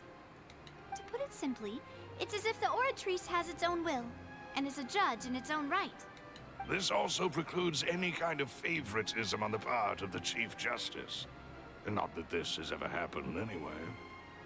Fascinating. Once both sides have finished speaking, the Chief Justice will make his final decision. This, too, will be used by the Oratrice as a reference. Then, finally, the Oratrice will be consulted by officials. The result it returns is the will of justice itself. Huh? So that machine is the one that actually decides? Paimon thought Neuvillette called the shots. In practice, there is very little difference. Both have always come to the same judgment, which is why people have great faith in the Chief Justice. Huh. Ah, yes, the guards also asked me to convey that none of us will be allowed to leave this place before the trial. Fair. Why? Because we've chosen to act as the twins' proxies. That makes us persons related to the case. That makes sense. They're concerned that we might be colluding with outside parties, or that we might find outside help to disrupt the case. And even if that were not so, it could prove problematic if we happen to spread key information about the case ahead of time. I'm ready to break out at any time. Whoa, whoa! There's no need for that! Paimon thinks they have a point. That said, are they providing food? And oh shit. Sorry about that. Didn't mean to do that. God damn it, Paimon. Where's that pot? Who has a pot? I need a big size pot that we can put Paimon in. Of course. I just hope you don't mind the lack of options. I'm afraid that catering to all tastes is not in the cards, nor is any guarantee of balanced nutrition. Now, it's not the time In to be that picky. case, let's just sort out our findings together here. Pity. I was hoping to take you to try some of Fontaine's famous desserts, too. Dessert? Hatter likes desserts. I mean, what better way to properly think through our findings than over some tea and sweets? Huh. Breaking out suddenly doesn't seem like such a bad idea after all. Paimon. Just kidding. Paimon will still do her best, even if there are no snacks. Hmm? What do you mean, no snacks? Of course we'll have snacks. If we cannot buy some, then we'll simply make some. Huh? Here? But how? Understood, demoiselle. Everyone, please come with me.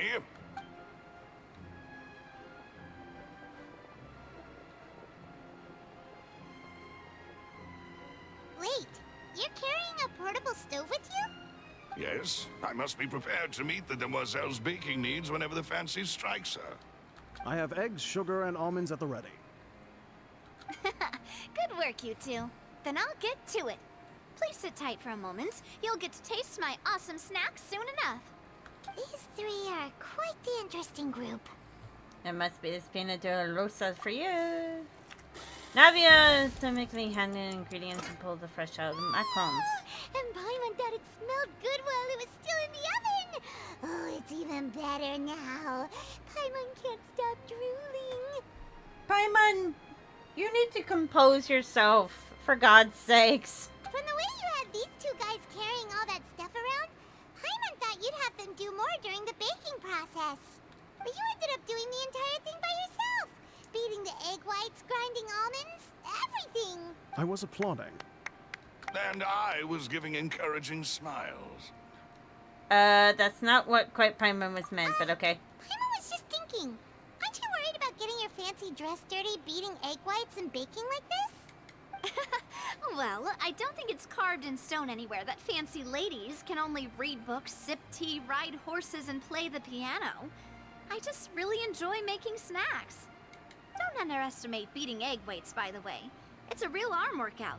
You also need to beat them to just the right consistency, or your macarons will crack. One of the reasons why I don't make them. Anyway, give these a try. Fresh out of the oven. There's 3 for each of us. Only 3? Well, eating too many sweet treats might send all that sugar to your head. You wouldn't be able to think clearly about the case on a sugar rush, would you? Or a sugar crash for Paimon. Tea is ready to be served as well. There's no need for concern. I'm merely doing as I should.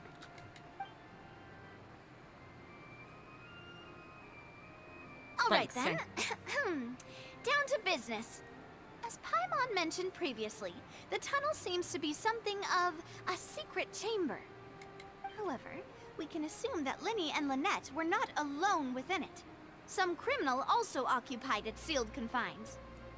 The magician twins could have committed the crimes, of course, but they lack any logical motive. Exactly! Why would they do such a thing right when everyone was watching? So apart from the twins... The flower vase and the thud we heard during the performance could indicate some altercation between Halsey and the criminal in the tunnel, resulting in the shattering of the vase, the discarding of her clothes, and her abduction. Perhaps the criminal thought that since she was chosen from the crowd, she would be too easy to identify if she was still wearing the same clothes. That's true. Paimon thinks that makes sense, but the real trouble is... There's no evidence that the third person even exists. True. None of the clues we found thus far support the existence of this third person. But the only people left to consider are both technically victims. Whether it's the missing girl, Halsey, or poor Cowell. Huh. Could Halsey have secretly made modifications to the magic props in order to murder Cowell before making her escape? But she has no way to knowing how the magic trick works. That's right. And even if she had tampered with the setup, she would need to understand the entire trick to pull it off. Nor does she have any motive. The guard said that she has never had any dealings with the magic troop's members. Were we not thorough enough in our search? From the sound of things, this is turning into an impossible case. Wait a minute. What happened to Paimon's macaron? There was one macaron here, and I was gone. Wait. Your macarons are amazing though, Navia.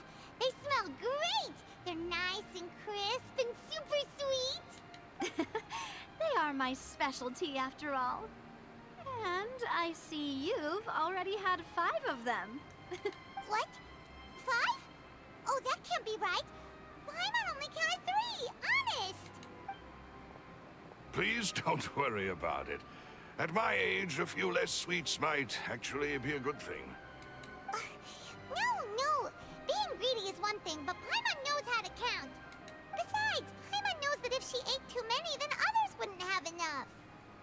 It's fine if you ate them, you ate them. Wait, even you don't believe Paimon?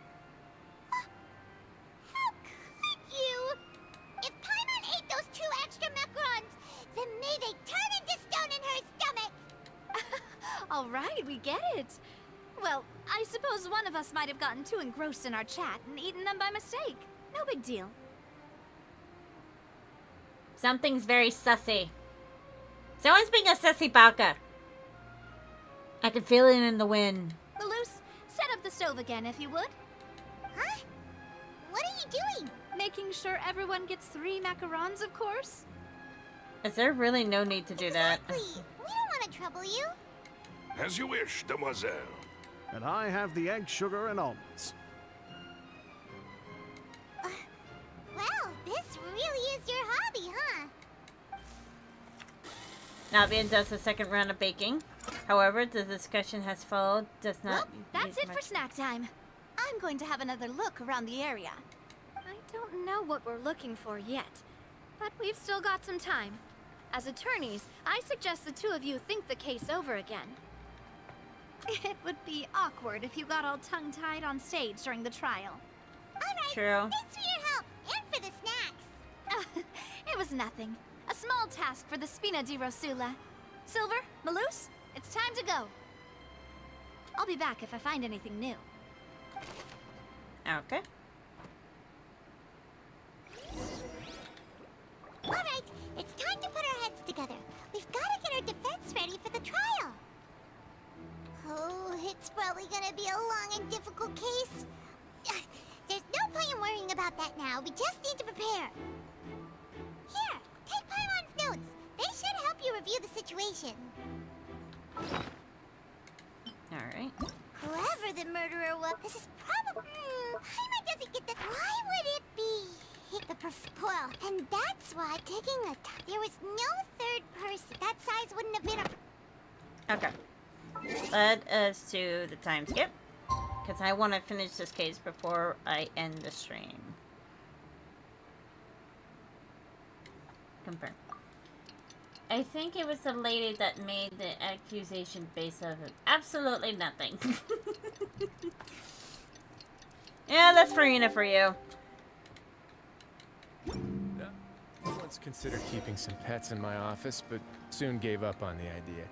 It's just not right to keep small animals where they won't be able to see the sun.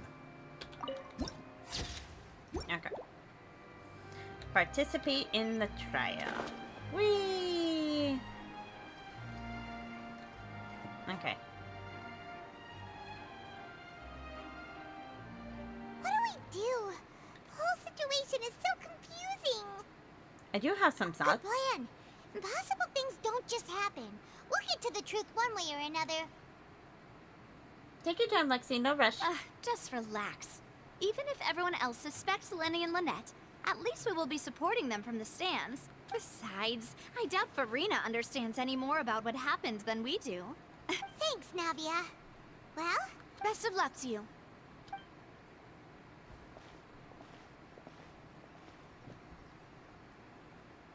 Okay. Here we go. Ah, finally, you're back. Well, how did your investigation go? To be honest, you might be disappointed. No. We're already very grateful that you were willing to help. Well now, don't you all look disappointed? Don't tell me that your investigation came up empty-handed. The way she talks sometimes is so obnoxious, it's ridiculous. It's like, I want to smack you. So bad. That was to be expected, of course. The guilty can never produce proof of their innocence. But don't let that stop you. I shall be terribly disappointed should you, my most anticipated foe, concede so easily. Just you wait. Since both parties are present, I declare that the trial regarding the magic show incident is now in session. Firstly, in order for the audience to understand the causes and results of the incident, could we please have Mr. Linney explain the trick? I'm gonna put it on audio. Yes, of course. I will explain while Lynette demonstrates on stage. All the necessary items have been prepared.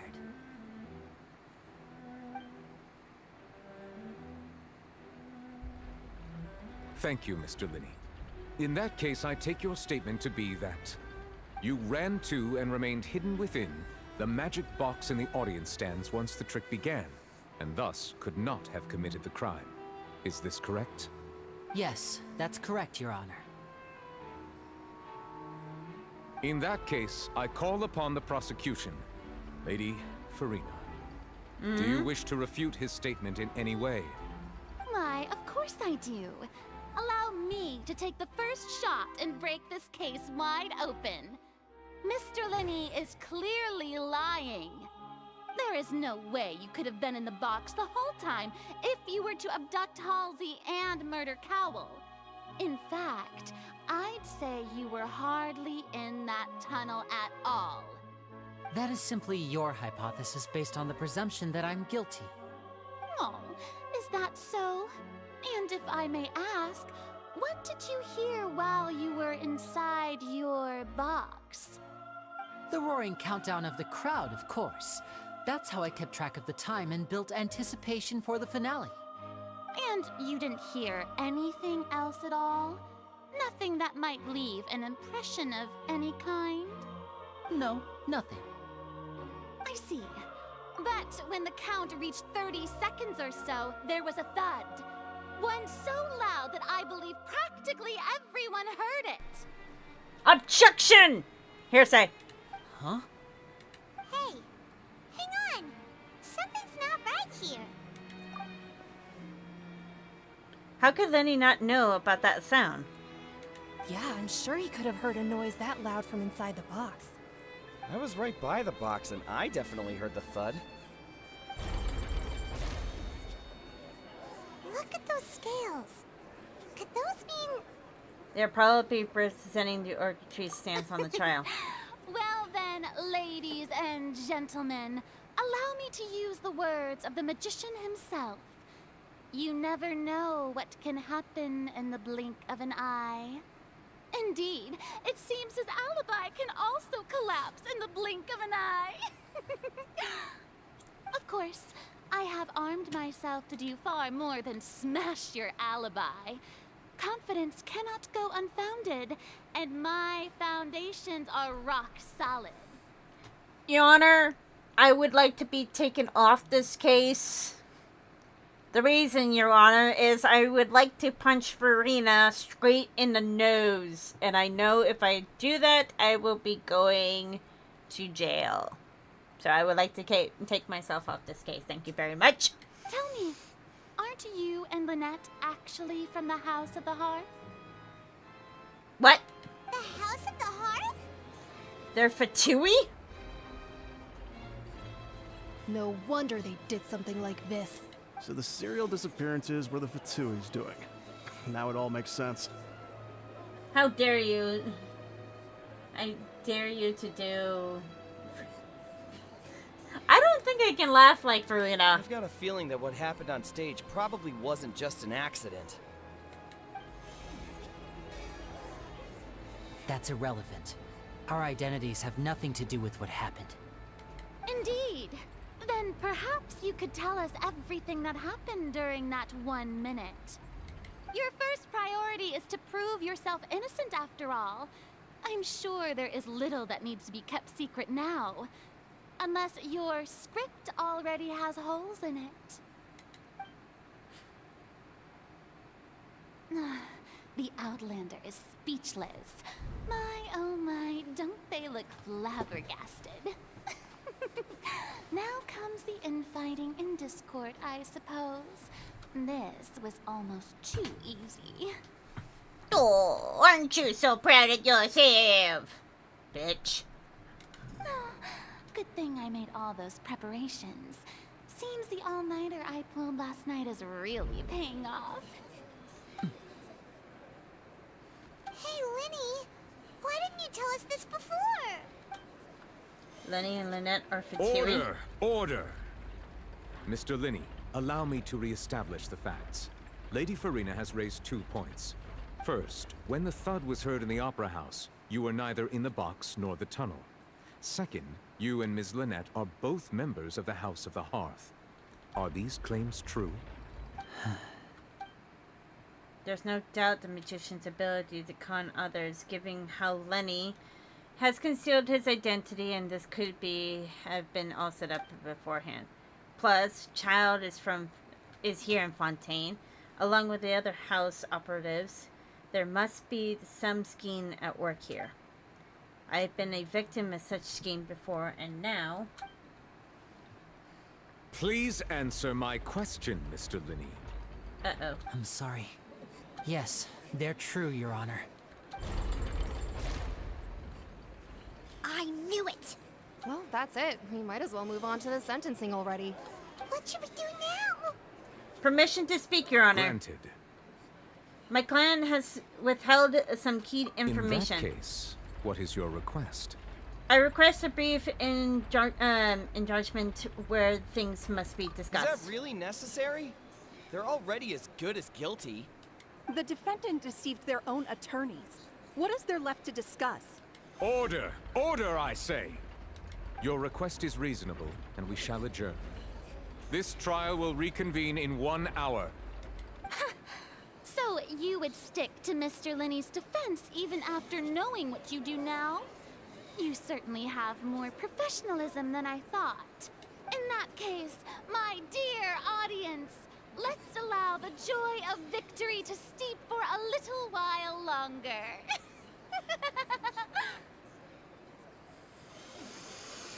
Deep breaths, Tyler. Deep breaths. I don't look good in orange. I don't look good in orange. I don't look good in orange. Speak now. Well, this is awkward. I didn't think the Hydro Archon would dig all that up. I'm sorry, Traveler and Paimon. Yeah, sorry. Paimon doesn't know where to start. We trusted you two. We based our entire reasoning on the assumption that you weren't bad guys. Not to set the wrong tone or anything, but Paimon's really mad. I just figured out what game this was. Hatter, I'm enjoying watching this. I'm invested into the storyline. I'm happy you're enjoying yourself on the stream. I'm very sorry. I know you're angry, and reasonably so, but please, let me explain. I look hot with orange hair, but not orange is not my favorite color. I know you've clashed with the Vatui several times before. I wouldn't be surprised if just hearing the word is enough to make you upset. Upset? Upset? Upset is an understatement, good sir. But our organization is very, very large, and the Harbingers have very different personalities and goals. Right now, we want to save people. As many as we can. That's right. I'm sure we're on the same page when it comes to this nation and the disaster that its people might face. I knew if it weren't for our respective identities, we could become good friends. That's why I didn't wish to flat out lie to you, but chose to hide some details instead. The truth is very important, but being completely transparent about everything would see us spending more effort than we need to. Namin and Paimon had encountered the worst of hybrid. I know, you got the doctor. It was a whole nother case. You got Child. Child, I can understand why he became a Harbinger. That I can understand. That is completely understand. And then the Belladere, we understand why he became a Harbinger. But we don't know about the others yet. But how can we know this isn't all just another lie? Right. So, you be the judge. Heck, if I were you, I fear that I'd even struggle to trust me at this point. And not to mention what Senora did. But then again, she got what she deserves. You met a Fatus who works as a magician, a trickster by trade. All by coincidence, too. But still, I'm asking you to trust me. I am no criminal. At least, not in this case. Sorry. Please forgive us. Well, you both say that, but... Explain the other issue Right. first. Let's hear your answer first, and no lies now. Of course. I'll answer any question you ask. We've been trying to find out how the Oratrice operates. We want to know why it has a consciousness. Why can it deliver sentences accurately? During our investigations, we learned that the machine's core is beneath it. From that moment on, Lynette and I have been designing this box swap trick, with the objective of getting close to the core. Is that why you needed a whole minute? That's right. In truth, the audience would take about 75 seconds to count down from 60, while I would only need 15 to get to the opposite box.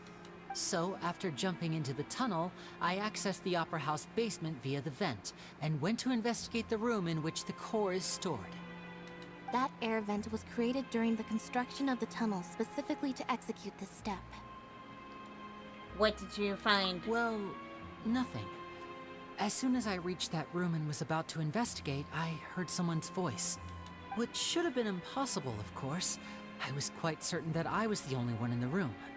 That voice seemed to recognize me and tried to speak to me. I chose to err on the side of caution and retreated the way I came. On the way back, I saw the broken vase and the clothes on the ground, but the countdown was almost finished, so there wasn't time to give it any thought. After that, the homicide occurred just as you saw. Okay. Well, that explains why you didn't hear the thud. But why do you want to understand how the orchestra's... Because of that prophecy I told you about, of course. We must know all we can about this nation's secrets in order to deal with that prophesized crisis. That's the only way we can save everyone. So, there you have it. The whole truth. I swear, I didn't hide anything from you this time. I'll be the judge of that. It was never my wish to proceed under this cloud of mistrust either. Well, you should have told me in the first place, mister. But, like I said earlier, you can be the judge. If you want to leave because you don't trust the Fatui, there's nothing I can do to stop you. Well, Traveler, you decide. Paimon will follow your lead however you choose. I believe in the facts. I will defend you from these charges. Okay, thank you. Thanks for giving us a chance. The current problem is that the scales are tipped pretty badly against you two. If we want to refute the Hydro Archon's accusations, we're gonna need a seriously watertight defense. Actually, we already have the key evidence we need. Huh? Our jury's almost over. Let's go back. Oh, Paimon thinks she gets what you mean. Do you, Paimon? Are you sure about that? I don't think Paimon got it. I don't think she got it at all.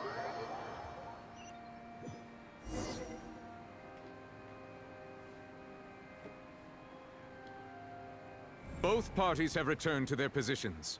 Let us continue the trial. When last we left off, Mr. Linney acknowledged the new evidence presented by Lady Farina as fact. Therefore, Lady Farina may continue stating her reconstruction of the events. Come on. Give it to Hatter. Ugh, that took long enough. Now then, if everyone would lend me their attention... Objection! She's annoying! At this stage, let's revisit that scene from Linney's perspective. Based on the opportunities encountered in events, your identity... I'm sorry, not identity. Identifying loopholes in their statements.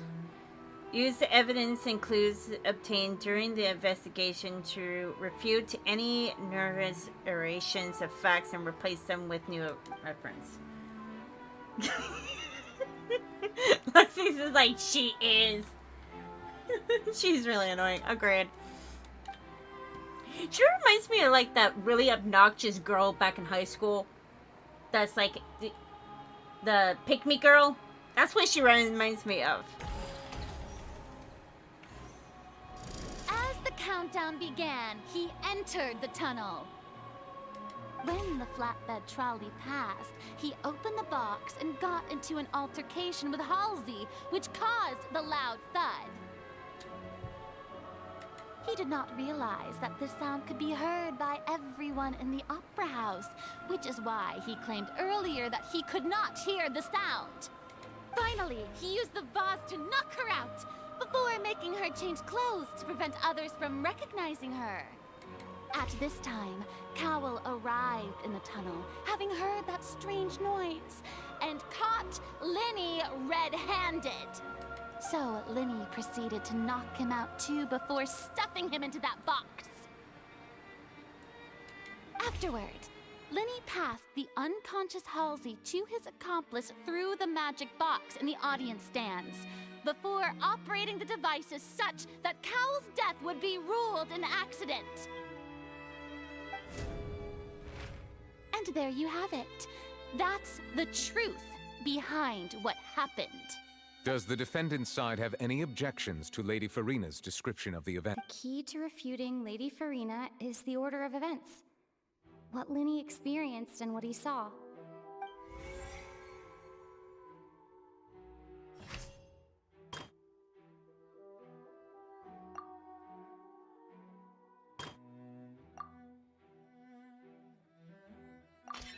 According to Lenny, he left via the vent after entering the tunnel. He couldn't have had that altercation with Halsey.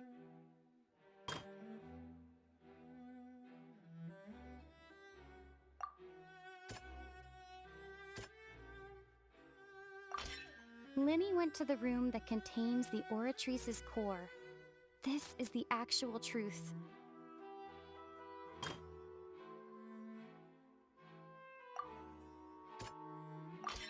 Lenny did not take part in the underground altercation.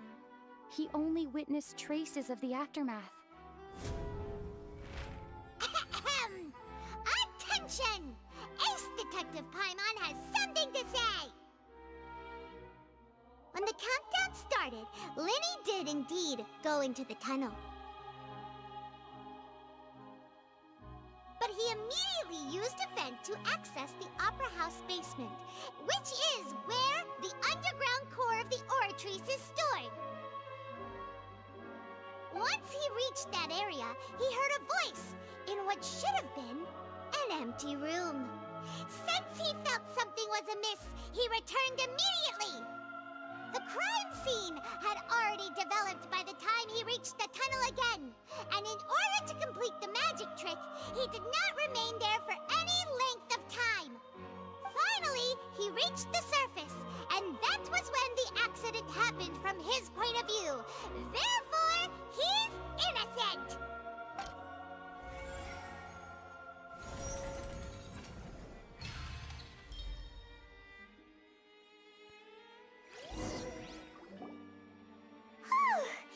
Paimon did it! Paimon actually managed to say all that! Wasn't it awesome? In other words, you believe that he knew nothing of the incident? That's right! Moreover, I believe my obstetrician is flawed. My reasoning? However, you say Cow bumped into Lenny by chance. If that's the case, then if Cow hadn't entered the tunnel, who was the entire setup meant to kill? Assuming that what you say is true, Lenny only needed to kidnap the young girl to cause a new disappearance case. What would the point of killing someone on stage be? Oh, they have a point. That's right, you tell him! And that's why they're partners of mine. They've managed to turn things around. Oh, well, your denial is very strident, I'll give you that. But what proof do you have to back your claims? Of course I do. If he had been in the magic box the whole time, how could he have not heard that sound? Why do you ask? You're saying that he wasn't? Your claim is how to become... now became my weapon. Okay. Let's see if I can get this. Follow up with the evidence Lenny wasn't in the tunnel. Hold on, guys. Lady Farina follows with the question asked.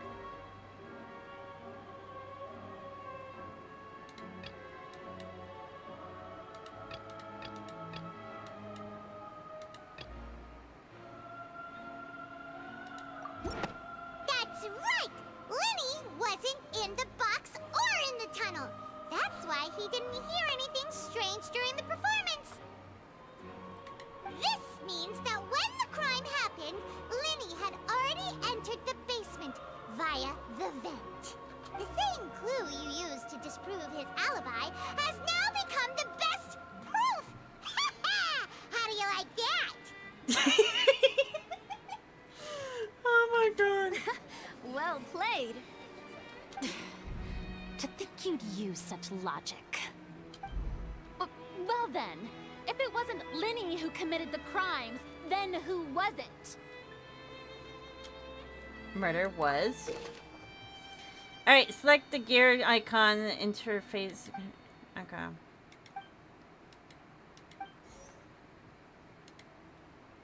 The guard's investigated operate indicates that the fireworks release near the end of the show indicate the burn through the rope suspending the water tank above the stage that caused the water tank to fall and kill Cal in the box below. If Lenny is no longer under suspicion, the only member of the troupe would be able to tamper with the props. Lenny gave a detailed account on how the tricks are supposed to work by using the box inside a box. The idea of this box containing the audience member to be transported across via tunnel underneath. Lenny himself would also use the tunnel to get inside of the other. Having changed her outfit, Lynette and her assistant would take charge of on-stage interactions. The clothes belonging to Hazley, the lady who went missing, were found in the tunnel. The reason for them remains unknown. Could there have been a third person involved? Is that really a possibility? Okay.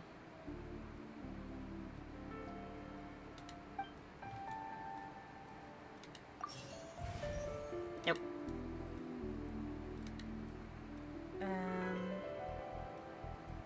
The deceased's name is Cowell, Linny's assistant. He would have been able to tamper with the equipment.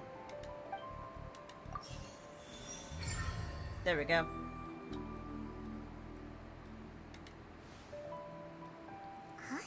Huh? That can't be right. Are you serious? Yeah. The killer was, in fact, Cowell, the deceased! Oh, is that so? How interesting! Let's hear your reasoning then. What I must do next is recreate the truth. What Cowell did, and how he went from would-be perpetrator to victim. Okay. So... The sound we heard may have come from a clash between the missing Halsey and the criminal.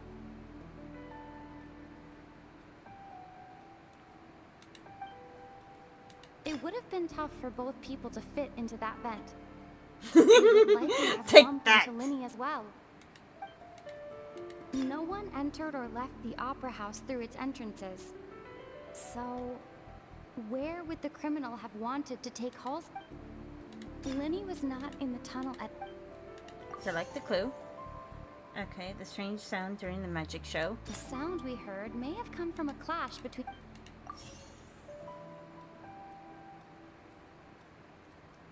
The deceased's name is Cowell, Linny's assistant. He would have... No one entered or left the opera house through its entrances. It would have been tough for both people to fit into that vent. Nope. Okay, that's not it. Halsey's clothing was in the tunnel. So, there must... No one entered or left the... Halsey's clothing was in...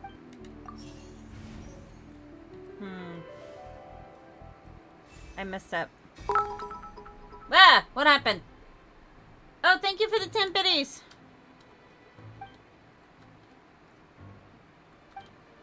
Lenny's not in the tunnel for a minute. Sorry, I got so focused on trying to solve this, guys. Sorry. But according to the guard's testimony, no one entered or left the opera's house, so even if the exit from the box would have been full view of the audience and pretty much guarded. What's wrong, Traveler? Are you still having trouble figuring things out? I see how it is. So this was all just a bluff. And here I thought you had something to show for it. But it seems you're still far from the truth. Look, since we're at a dead end, why not consider a different track? Just like the trick as it transpired, the end result must have been utterly different from the magician's initial design. If only we knew how Halsey disappeared. Well, that would be nice, but the tunnel only has 3 exits, and none of them seem very likely. And it's not like this is a magic trick where you can just make a real live person disappear. You know, like you did from that water tank, Lynette. You could be right, Bay Fox. She changed her clothes and disguised herself. Magic. Wait, could it have been the water? Excuse my interruption, dear opponents. But do you not see that the crowd is growing impatient? There is no greater sin in this opera house than an awkward delay in the performance. Will you zip it? The defense is unable to make further effective arguments. We will move on to the next stage of the trial. Hold on a second. Pause. Lenny was not in the tunnel at that moment, which gave our criminal ample time. The sound we heard may have come from a clash between the missing Halsey and the criminal. The deceased's name is Cowell, Lenny's assistant. He would have been able to tamper with the equipment. The vase was not broken by chance. There we go.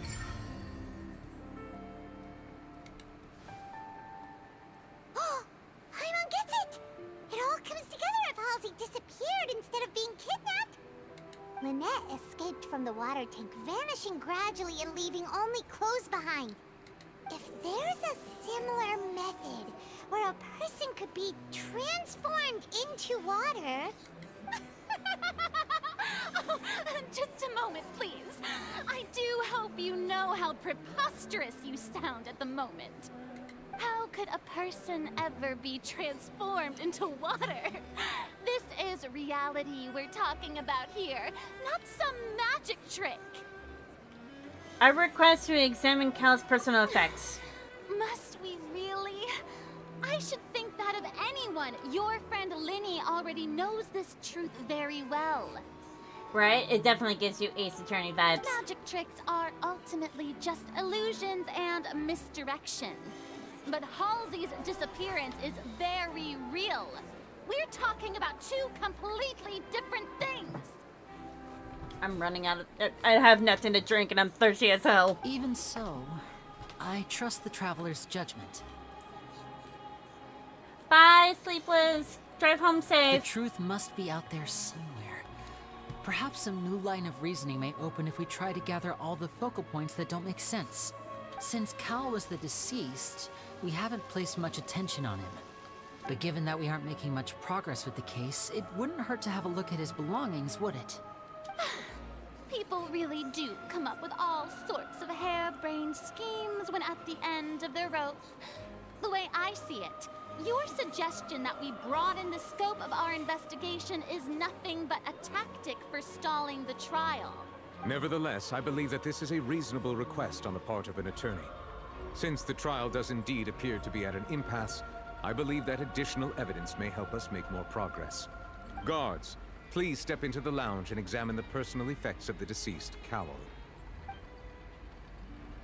Soon after, the guard returns with news. We are still examining the items, but we have already made critical progress that we feel must be shared with everyone post-haste. Give me the details. We discovered several test tubes of fluid within Cowell's baggage, each labeled. The notebook in his backpack claims that these fluids are... water from the primordial sea. What? The primordial sea. The note's contents also indicate that Cowell belonged to an organization that sells illegal drugs and that he had an accomplice.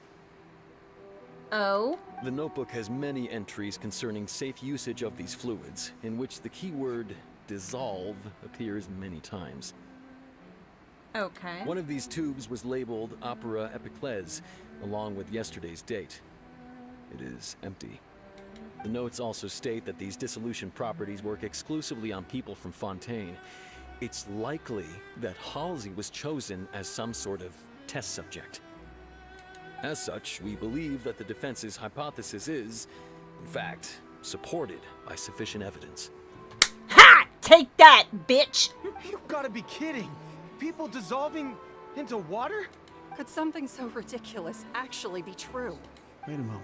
This reminds me of a certain prophecy, but it's just a coincidence, isn't it? Huh. If people can become water, does that mean that the water tank's real use was as a means to hide water stains? And if Cowell was targeting that girl... Wait just a minute. Could that mean... You two, with me, quick! Demoiselle, wait! What about your partners? Let's go. Just trust me. Order! Order! Yes. Yes, sir. It is undeniable that further examination of the deceased's personal effects has yielded some surprising results, but we cannot yet verify the veracity of these clues. Still, let us assume that these clues are indeed authentic, albeit with the understanding that Ms. Halsey has yet to be found. Guards, please continue examining the items along these lines. Mr. Linney, it appears your hypothesis is supported by the evidence, so please continue speaking. Of course. Thank you, Your Honor. If we uphold this hypothesis, I believe that many of this case's seemingly unrelated clues can be connected together. Right! Like the metal hook! That one didn't make sense at all. Let's think about this. Cowell's methods must have something to do with that water from the primordial sea. Alright, so deceased identity. The deceased's name is Cowell. Select. Now The it hook. seems like the hook rope was not meant for another magic trick, but was instead some form of triggering mechanism. Alright. The water primary The water sea. from the primordial sea should already have been prepped before Halsey entered the magic box. And the audience side magic box structure. I remember there was something else within the inner layer of that box. Select. Ha ha ha! I got it. See? Hatter has her smart moments.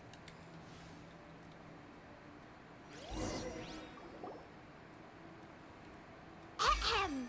It's Ace Detective Paimon's time to shine again! In the original plan, Cowell would tamper with the water tank rope and the number selector securing his target. When the magic box containing Halsey was lowered, the metal hook would retract gradually and pierce the balloon at the top of the box.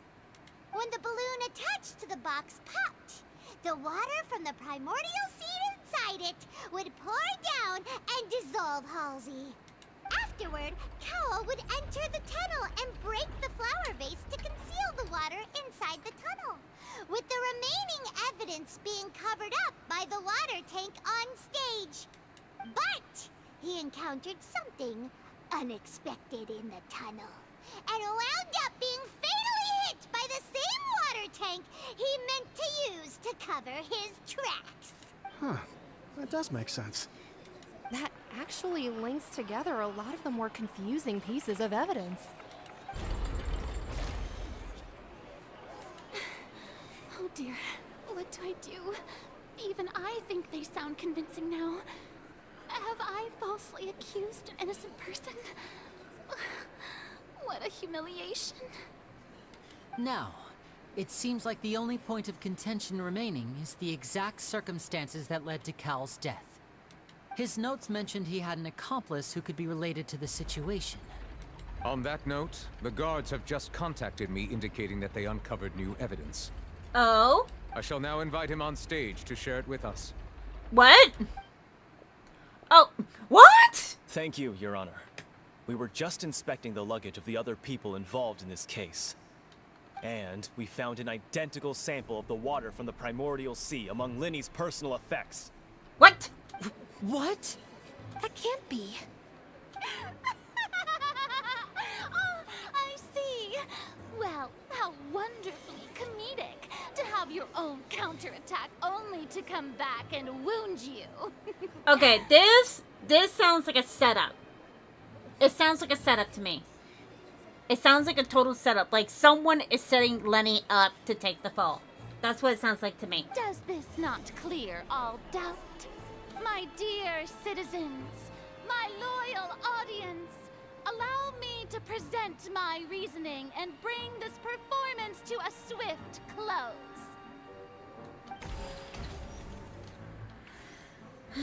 Lenny did not need to take part in the dissolution of the young woman at all. Indeed, he did leave the scene via the vent. Having made modifications to the props beforehand, his accomplice Cowl then caused Halsey to vanish using the water from the primordial sea. But upon his return, in cruel avarice, Lenny desired sole credit and prepared to do away with his partner in crime. Ultimately, he knocked Cowl out, and the tool meant to cover the crime up also became a murder weapon. Now, as much as I regret having come to such a viciously straightforward conclusion, it does seem that the famed Fatui is quite the cold-blooded and ruthless organization. I want Farina to be accomplice so bad just because I hate her. Totally understandable, Bay Fox. Am I right, Mr. Lenny? We've used up all the evidence we collected. There's no way for us to make a rebuttal here. Is this the end of the road?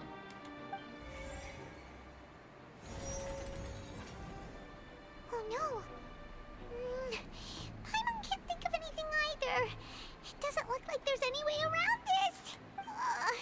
Seems using the water as new evidence was too good a move. Why did this have to happen now?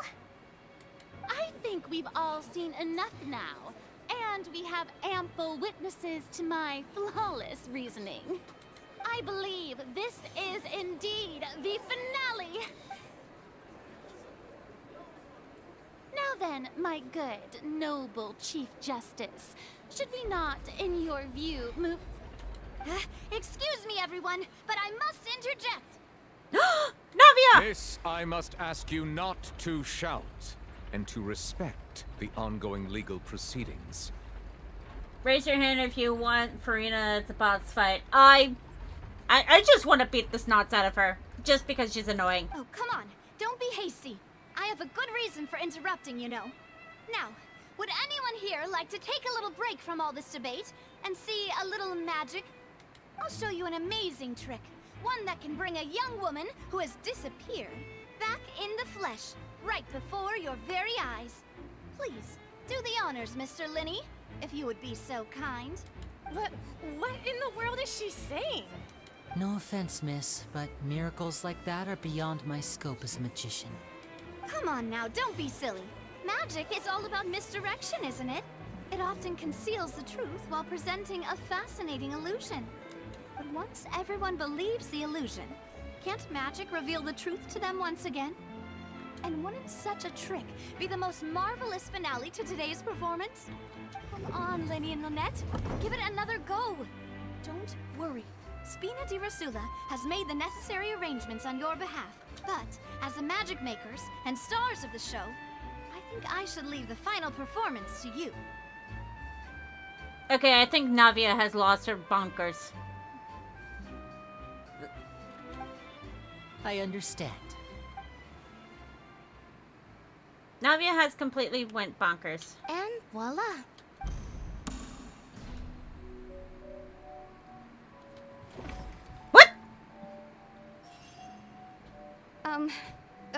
Sorry for the interruption. Wait, isn't that Halsey? So the whole thing about people dissolving wasn't true after all? To be clear, I'm only here because this person told me that if I testified, the merit of doing so would lessen my sentence. I was hiding outside this room listening to the proceedings because I was afraid that I would be the one put on trial. I was just feeling happy that no one had noticed me, and then before I knew it, she caught me. That'll teach you to underestimate us three. Where should I begin? I'm sorry. I'm the one who killed Cowl. I admit it. What? Why? Firstly, my name isn't Halsey.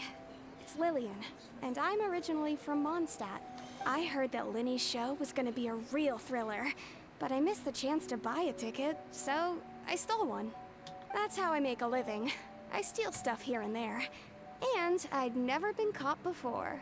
But I was noticed at the harbor a few days ago, and I barely got away. Linny was the one who caught me in the act. Hey, no wonder you look familiar. So you were the thief. Called it. Liddy even mentioned that you were pretty skilled. Well, and I thought that would have been the end of it, but then the number selector chose me. He even mentioned the Fortress of Meripede. That's a prison, isn't it? So you can imagine how shocked I was. I thought he was on to me for sure. So I played along with the show while looking for an opening to flee. But then I got water poured on me for no reason, and then someone jumped into the tunnel to nab me. I wasn't going to take that lying down, so I knocked him out and stuffed him into the box. There was nowhere to run from there, though, so I had to change my clothes and hide in a box containing performance costumes. I slipped out after the first guard arrived at the scene and continued hiding inside the opera house. Can a person even hide in there? Professional thieves could make it work. But I swear, I didn't know that the water tank would fall down. Really, I swear it. Had I known that, I wouldn't have put him in the magic box. I may be a thief, but I'm no killer. Well, that makes everything pretty clear now, doesn't it? Now it's time to report the Hydros Archon's previous reasons. This time, we need to tell the entire story from Lillian's perspective. You were correct. Well done, Bayfox. 10 points for you. Okay.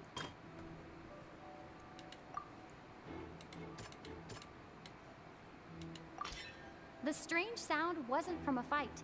It was Lillian's attempt to break out when she was frightened.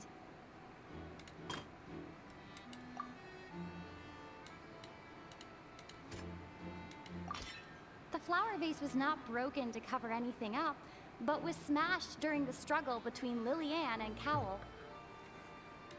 Excuse me.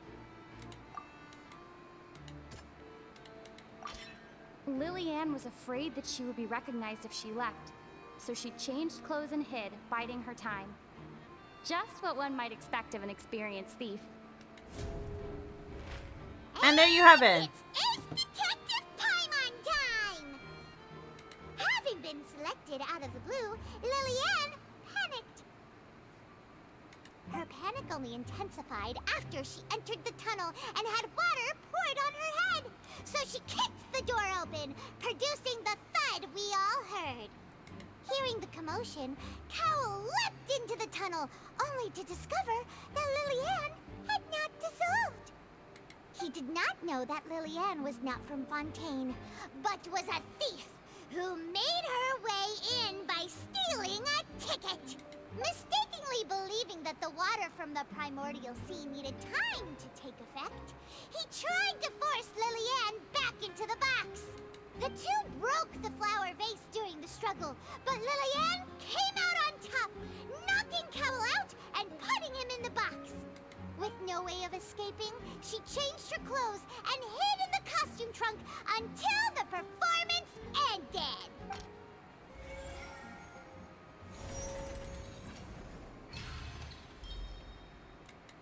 Take that, Farina. Next time, if you're gonna accuse someone, She knew that she would have to go through guard inspection if she tried to leave afterward. So, she has been trapped in the opera house these last 2 days. next time, if you're going to accuse someone for a crime, get all your eggs in a row. Good grief.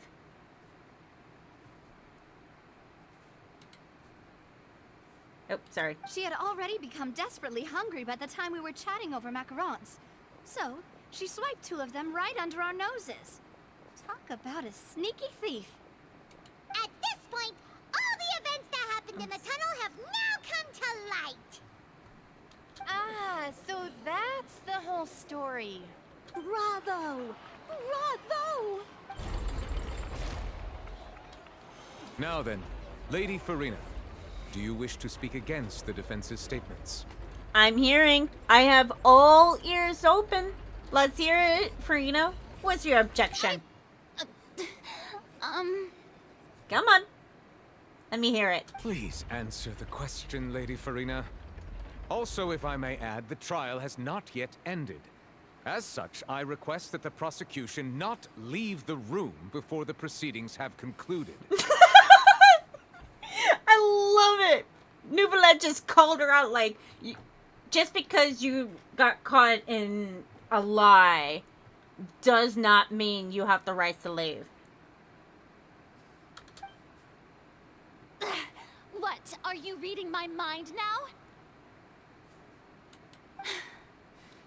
No. I have no further arguments. I admit defeat. But really, could you at least have left me with some dignity? Nope.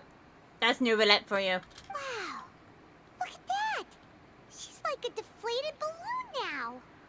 And didn't I say I wanted to deflate her like a balloon? I just did. If there are no objections, then as the Chief Justice of Fontaine, I shall once again repeat the full sequence of events. The actual perpetrator of the serial disappearances, Cowell, selected his next victim from the audience reservation list. With some modifications to the selector, he could ensure that the pre-selected young woman would be chosen. To cover up any evidence while committing the deed, Cowell thought of allowing the water tank to fall, which would conceal the water left behind after the young woman was dissolved. He also tampered with the rope suspending the water tank, using the fireworks at the end of the performance to cause the tank to drop and hide the watermarks. He poured the water from the primordial sea into a balloon during the preparation of the magic box and stuck it to the box's lid. Finally, he passed the prepared hook on a rope through the gap in the magic box's door when bringing the young woman to said box. When the magic trick officially began, the box containing the woman was lowered into the tunnel, tightening the hook rope and bursting the balloon containing the water. If all had gone to plan, the young woman would be dissolved at this time.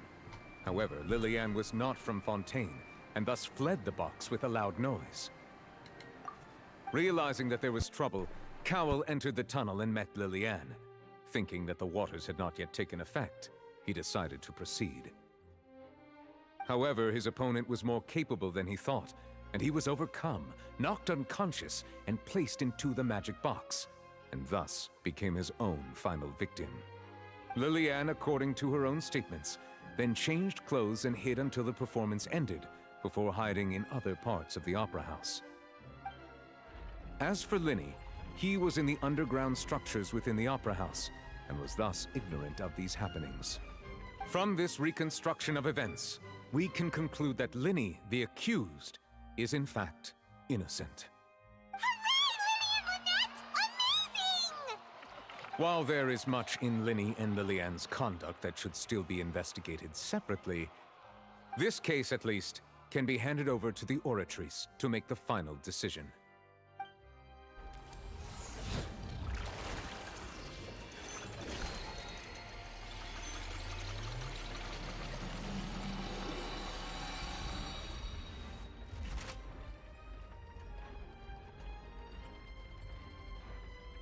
As such, Linny and Lynette are officially declared not guilty.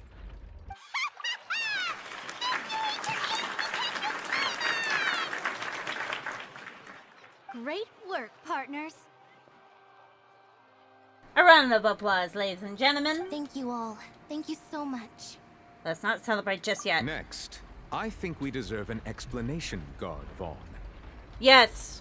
Give me a good explanation of why would you accuse Linny of all this. How did you find the water from the primordial sea in Linny's baggage?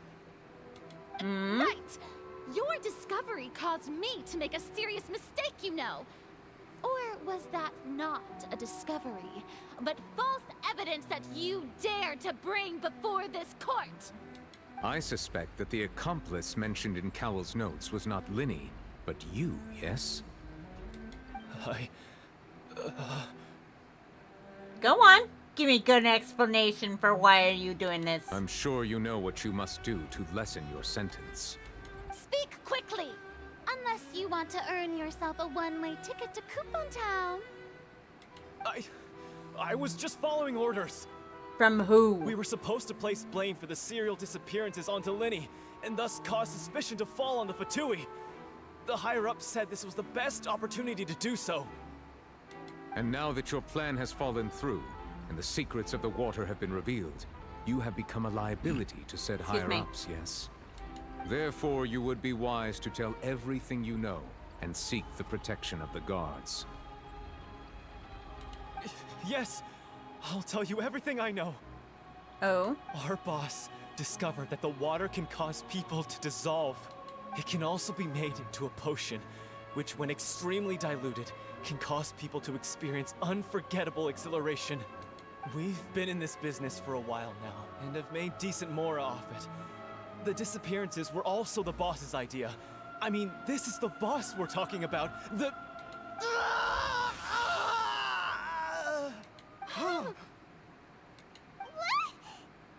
He just turned into water.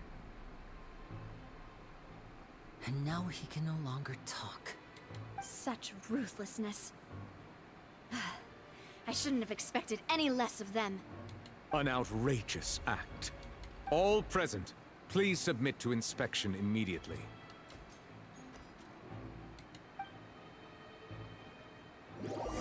However, nothing is found in the scene, and the part the liquid left behind the fire is dissolved. So, we're just going back now? We're not needed anymore. That's true, but... Traveler, Paimon, please wait. Lenny... I know you may not want to speak to me right now. Maybe you don't even want to look at me. But still, let me thank you again for defending me to the end. Even after you learned that I'm a member of the Fatui. I just wanted to be sure that we're squared. I guess. But regardless, I'd like the opportunity to set things straight. I didn't approach you with any ulterior motives or ill intent. I've spoken to you as myself, just plain Linny this entire time. As for why I'm a Fatus, it's because the goals of the House of the Hearth align with those of an orphan like me. That's all. That was how Father, who you might know as the Knave, approached recruiting us back then too. A knave? The one who controls the House of the Hearth? She's your father? That's right. And since we're here, I was wondering, would you mind hearing a story? It's about my past. Alright. Back when our parents first died, Lynette and I were left wandering the streets. To survive, I took to surreptitiously observing an older street performer who did magic. It took me several days to figure out how he pulled off his amazing tricks. I took my sister through several streets until we found a crowded corner, and we began to perform magic tricks there. To my surprise, we proved to be pretty popular, and we could at least stop worrying about where our next meal would come from for a time. But I didn't want my sister to remain a street rat together with me forever. Before long, an aristocrat came to me and claimed that he wished to take us in after watching my performances. So you went from orphans to nobility just like that? That was how we felt at first too. As if fate was on our side and we could say goodbye to those painful days. But I gradually discovered that while we were called foster children, he was really after my talent for magic tricks. He would constantly take me to all sorts of banquets to garner attention, which he would then use to expand his social circles. That doesn't seem too bad either. Better than roaming the streets at any rate. It took a while for me to realize just how dark his heart really was. After one particular performance at a banquet, I discovered that Lynette was not on the same return vehicle as me. I waited a long time after we returned home, but she did not come back. I went to that noble's bedroom and asked him about her whereabouts. The answer he gave me was, she caught the eye of the most eminent person at the banquet, so I sent her over as a gift. I mean, you'll be able to perform your magic regardless of who your assistant is, yes? Oh no. So he was gonna... But wouldn't Fontaine's laws deal with such people? As far as outsiders are concerned, this is a relationship akin to adoption or foster care, and they have their ways of escaping the eye of the law. I managed to ferret out the location of the mansion of that so-called eminent person and hurried through the night. But by the time I leaped over the walls, avoided the guards, and made my way in, all I saw was the moonlit ground covered in blood, and the knave standing there in the darkness. So, she'd already taken care of that guy. That's right. She had rescued my sister before she could come to any harm, and had even discovered several girls hidden in a basement, all of them orphans. Father, I mean, the knave, might have seen something in me, and so she made me an offer. The House of the Hearth welcomes you, for your interests align with ours. Here, none will ever betray you. Indeed, betrayal shall never be permitted here. I was hesitant to trust her. I mean, I had just been betrayed by nobles. But she was also quick to destroy the noble who had taken us in at first, giving us back our freedom. Oh, so that's how the two of you joined the House of the Hearth. She has her own plans. She has gained permission from the Tsaritsa to first use the Gnosis's power once she obtains it. She plans to use it to find a way to break the prophecy and save Fontaine. So, she believes in that prophecy too? That's right. The whole House of the Hearth is currently working to combat that crisis. Today's case has also proven that people from Fontaine can indeed dissolve into some sort of water, thus further supporting the prophecy. Everyone at Hotel Bouffe d'été, including the knave, has their roots in Fontaine. And we will always defend our homeland. To us orphans, the only connection we have left to this world, apart from our family, is our homeland. So, from small deeds like distributing magic pockets to huge schemes like stealing a Gnosis, everything is aimed at dealing with that prophecy. It's all right. I understand. The only thing I can do is relate all this to you. I just hope you can understand that even as a member of the House, I have never stopped making my own decisions, and that I believe what I'm doing is right. If you should need anything at all in the future, feel free to find me. I will do my best to help you, as plain Linny. Bye, Linny! And that, my friends, is going to be the end of our stream. I know y'all want to see more, but it's getting late and I'm hungry as hell. But I appreciate you all stopping by. Thank you so much for hanging out with me. I will try to stream more often. Ugh. But thank you everyone for hanging out.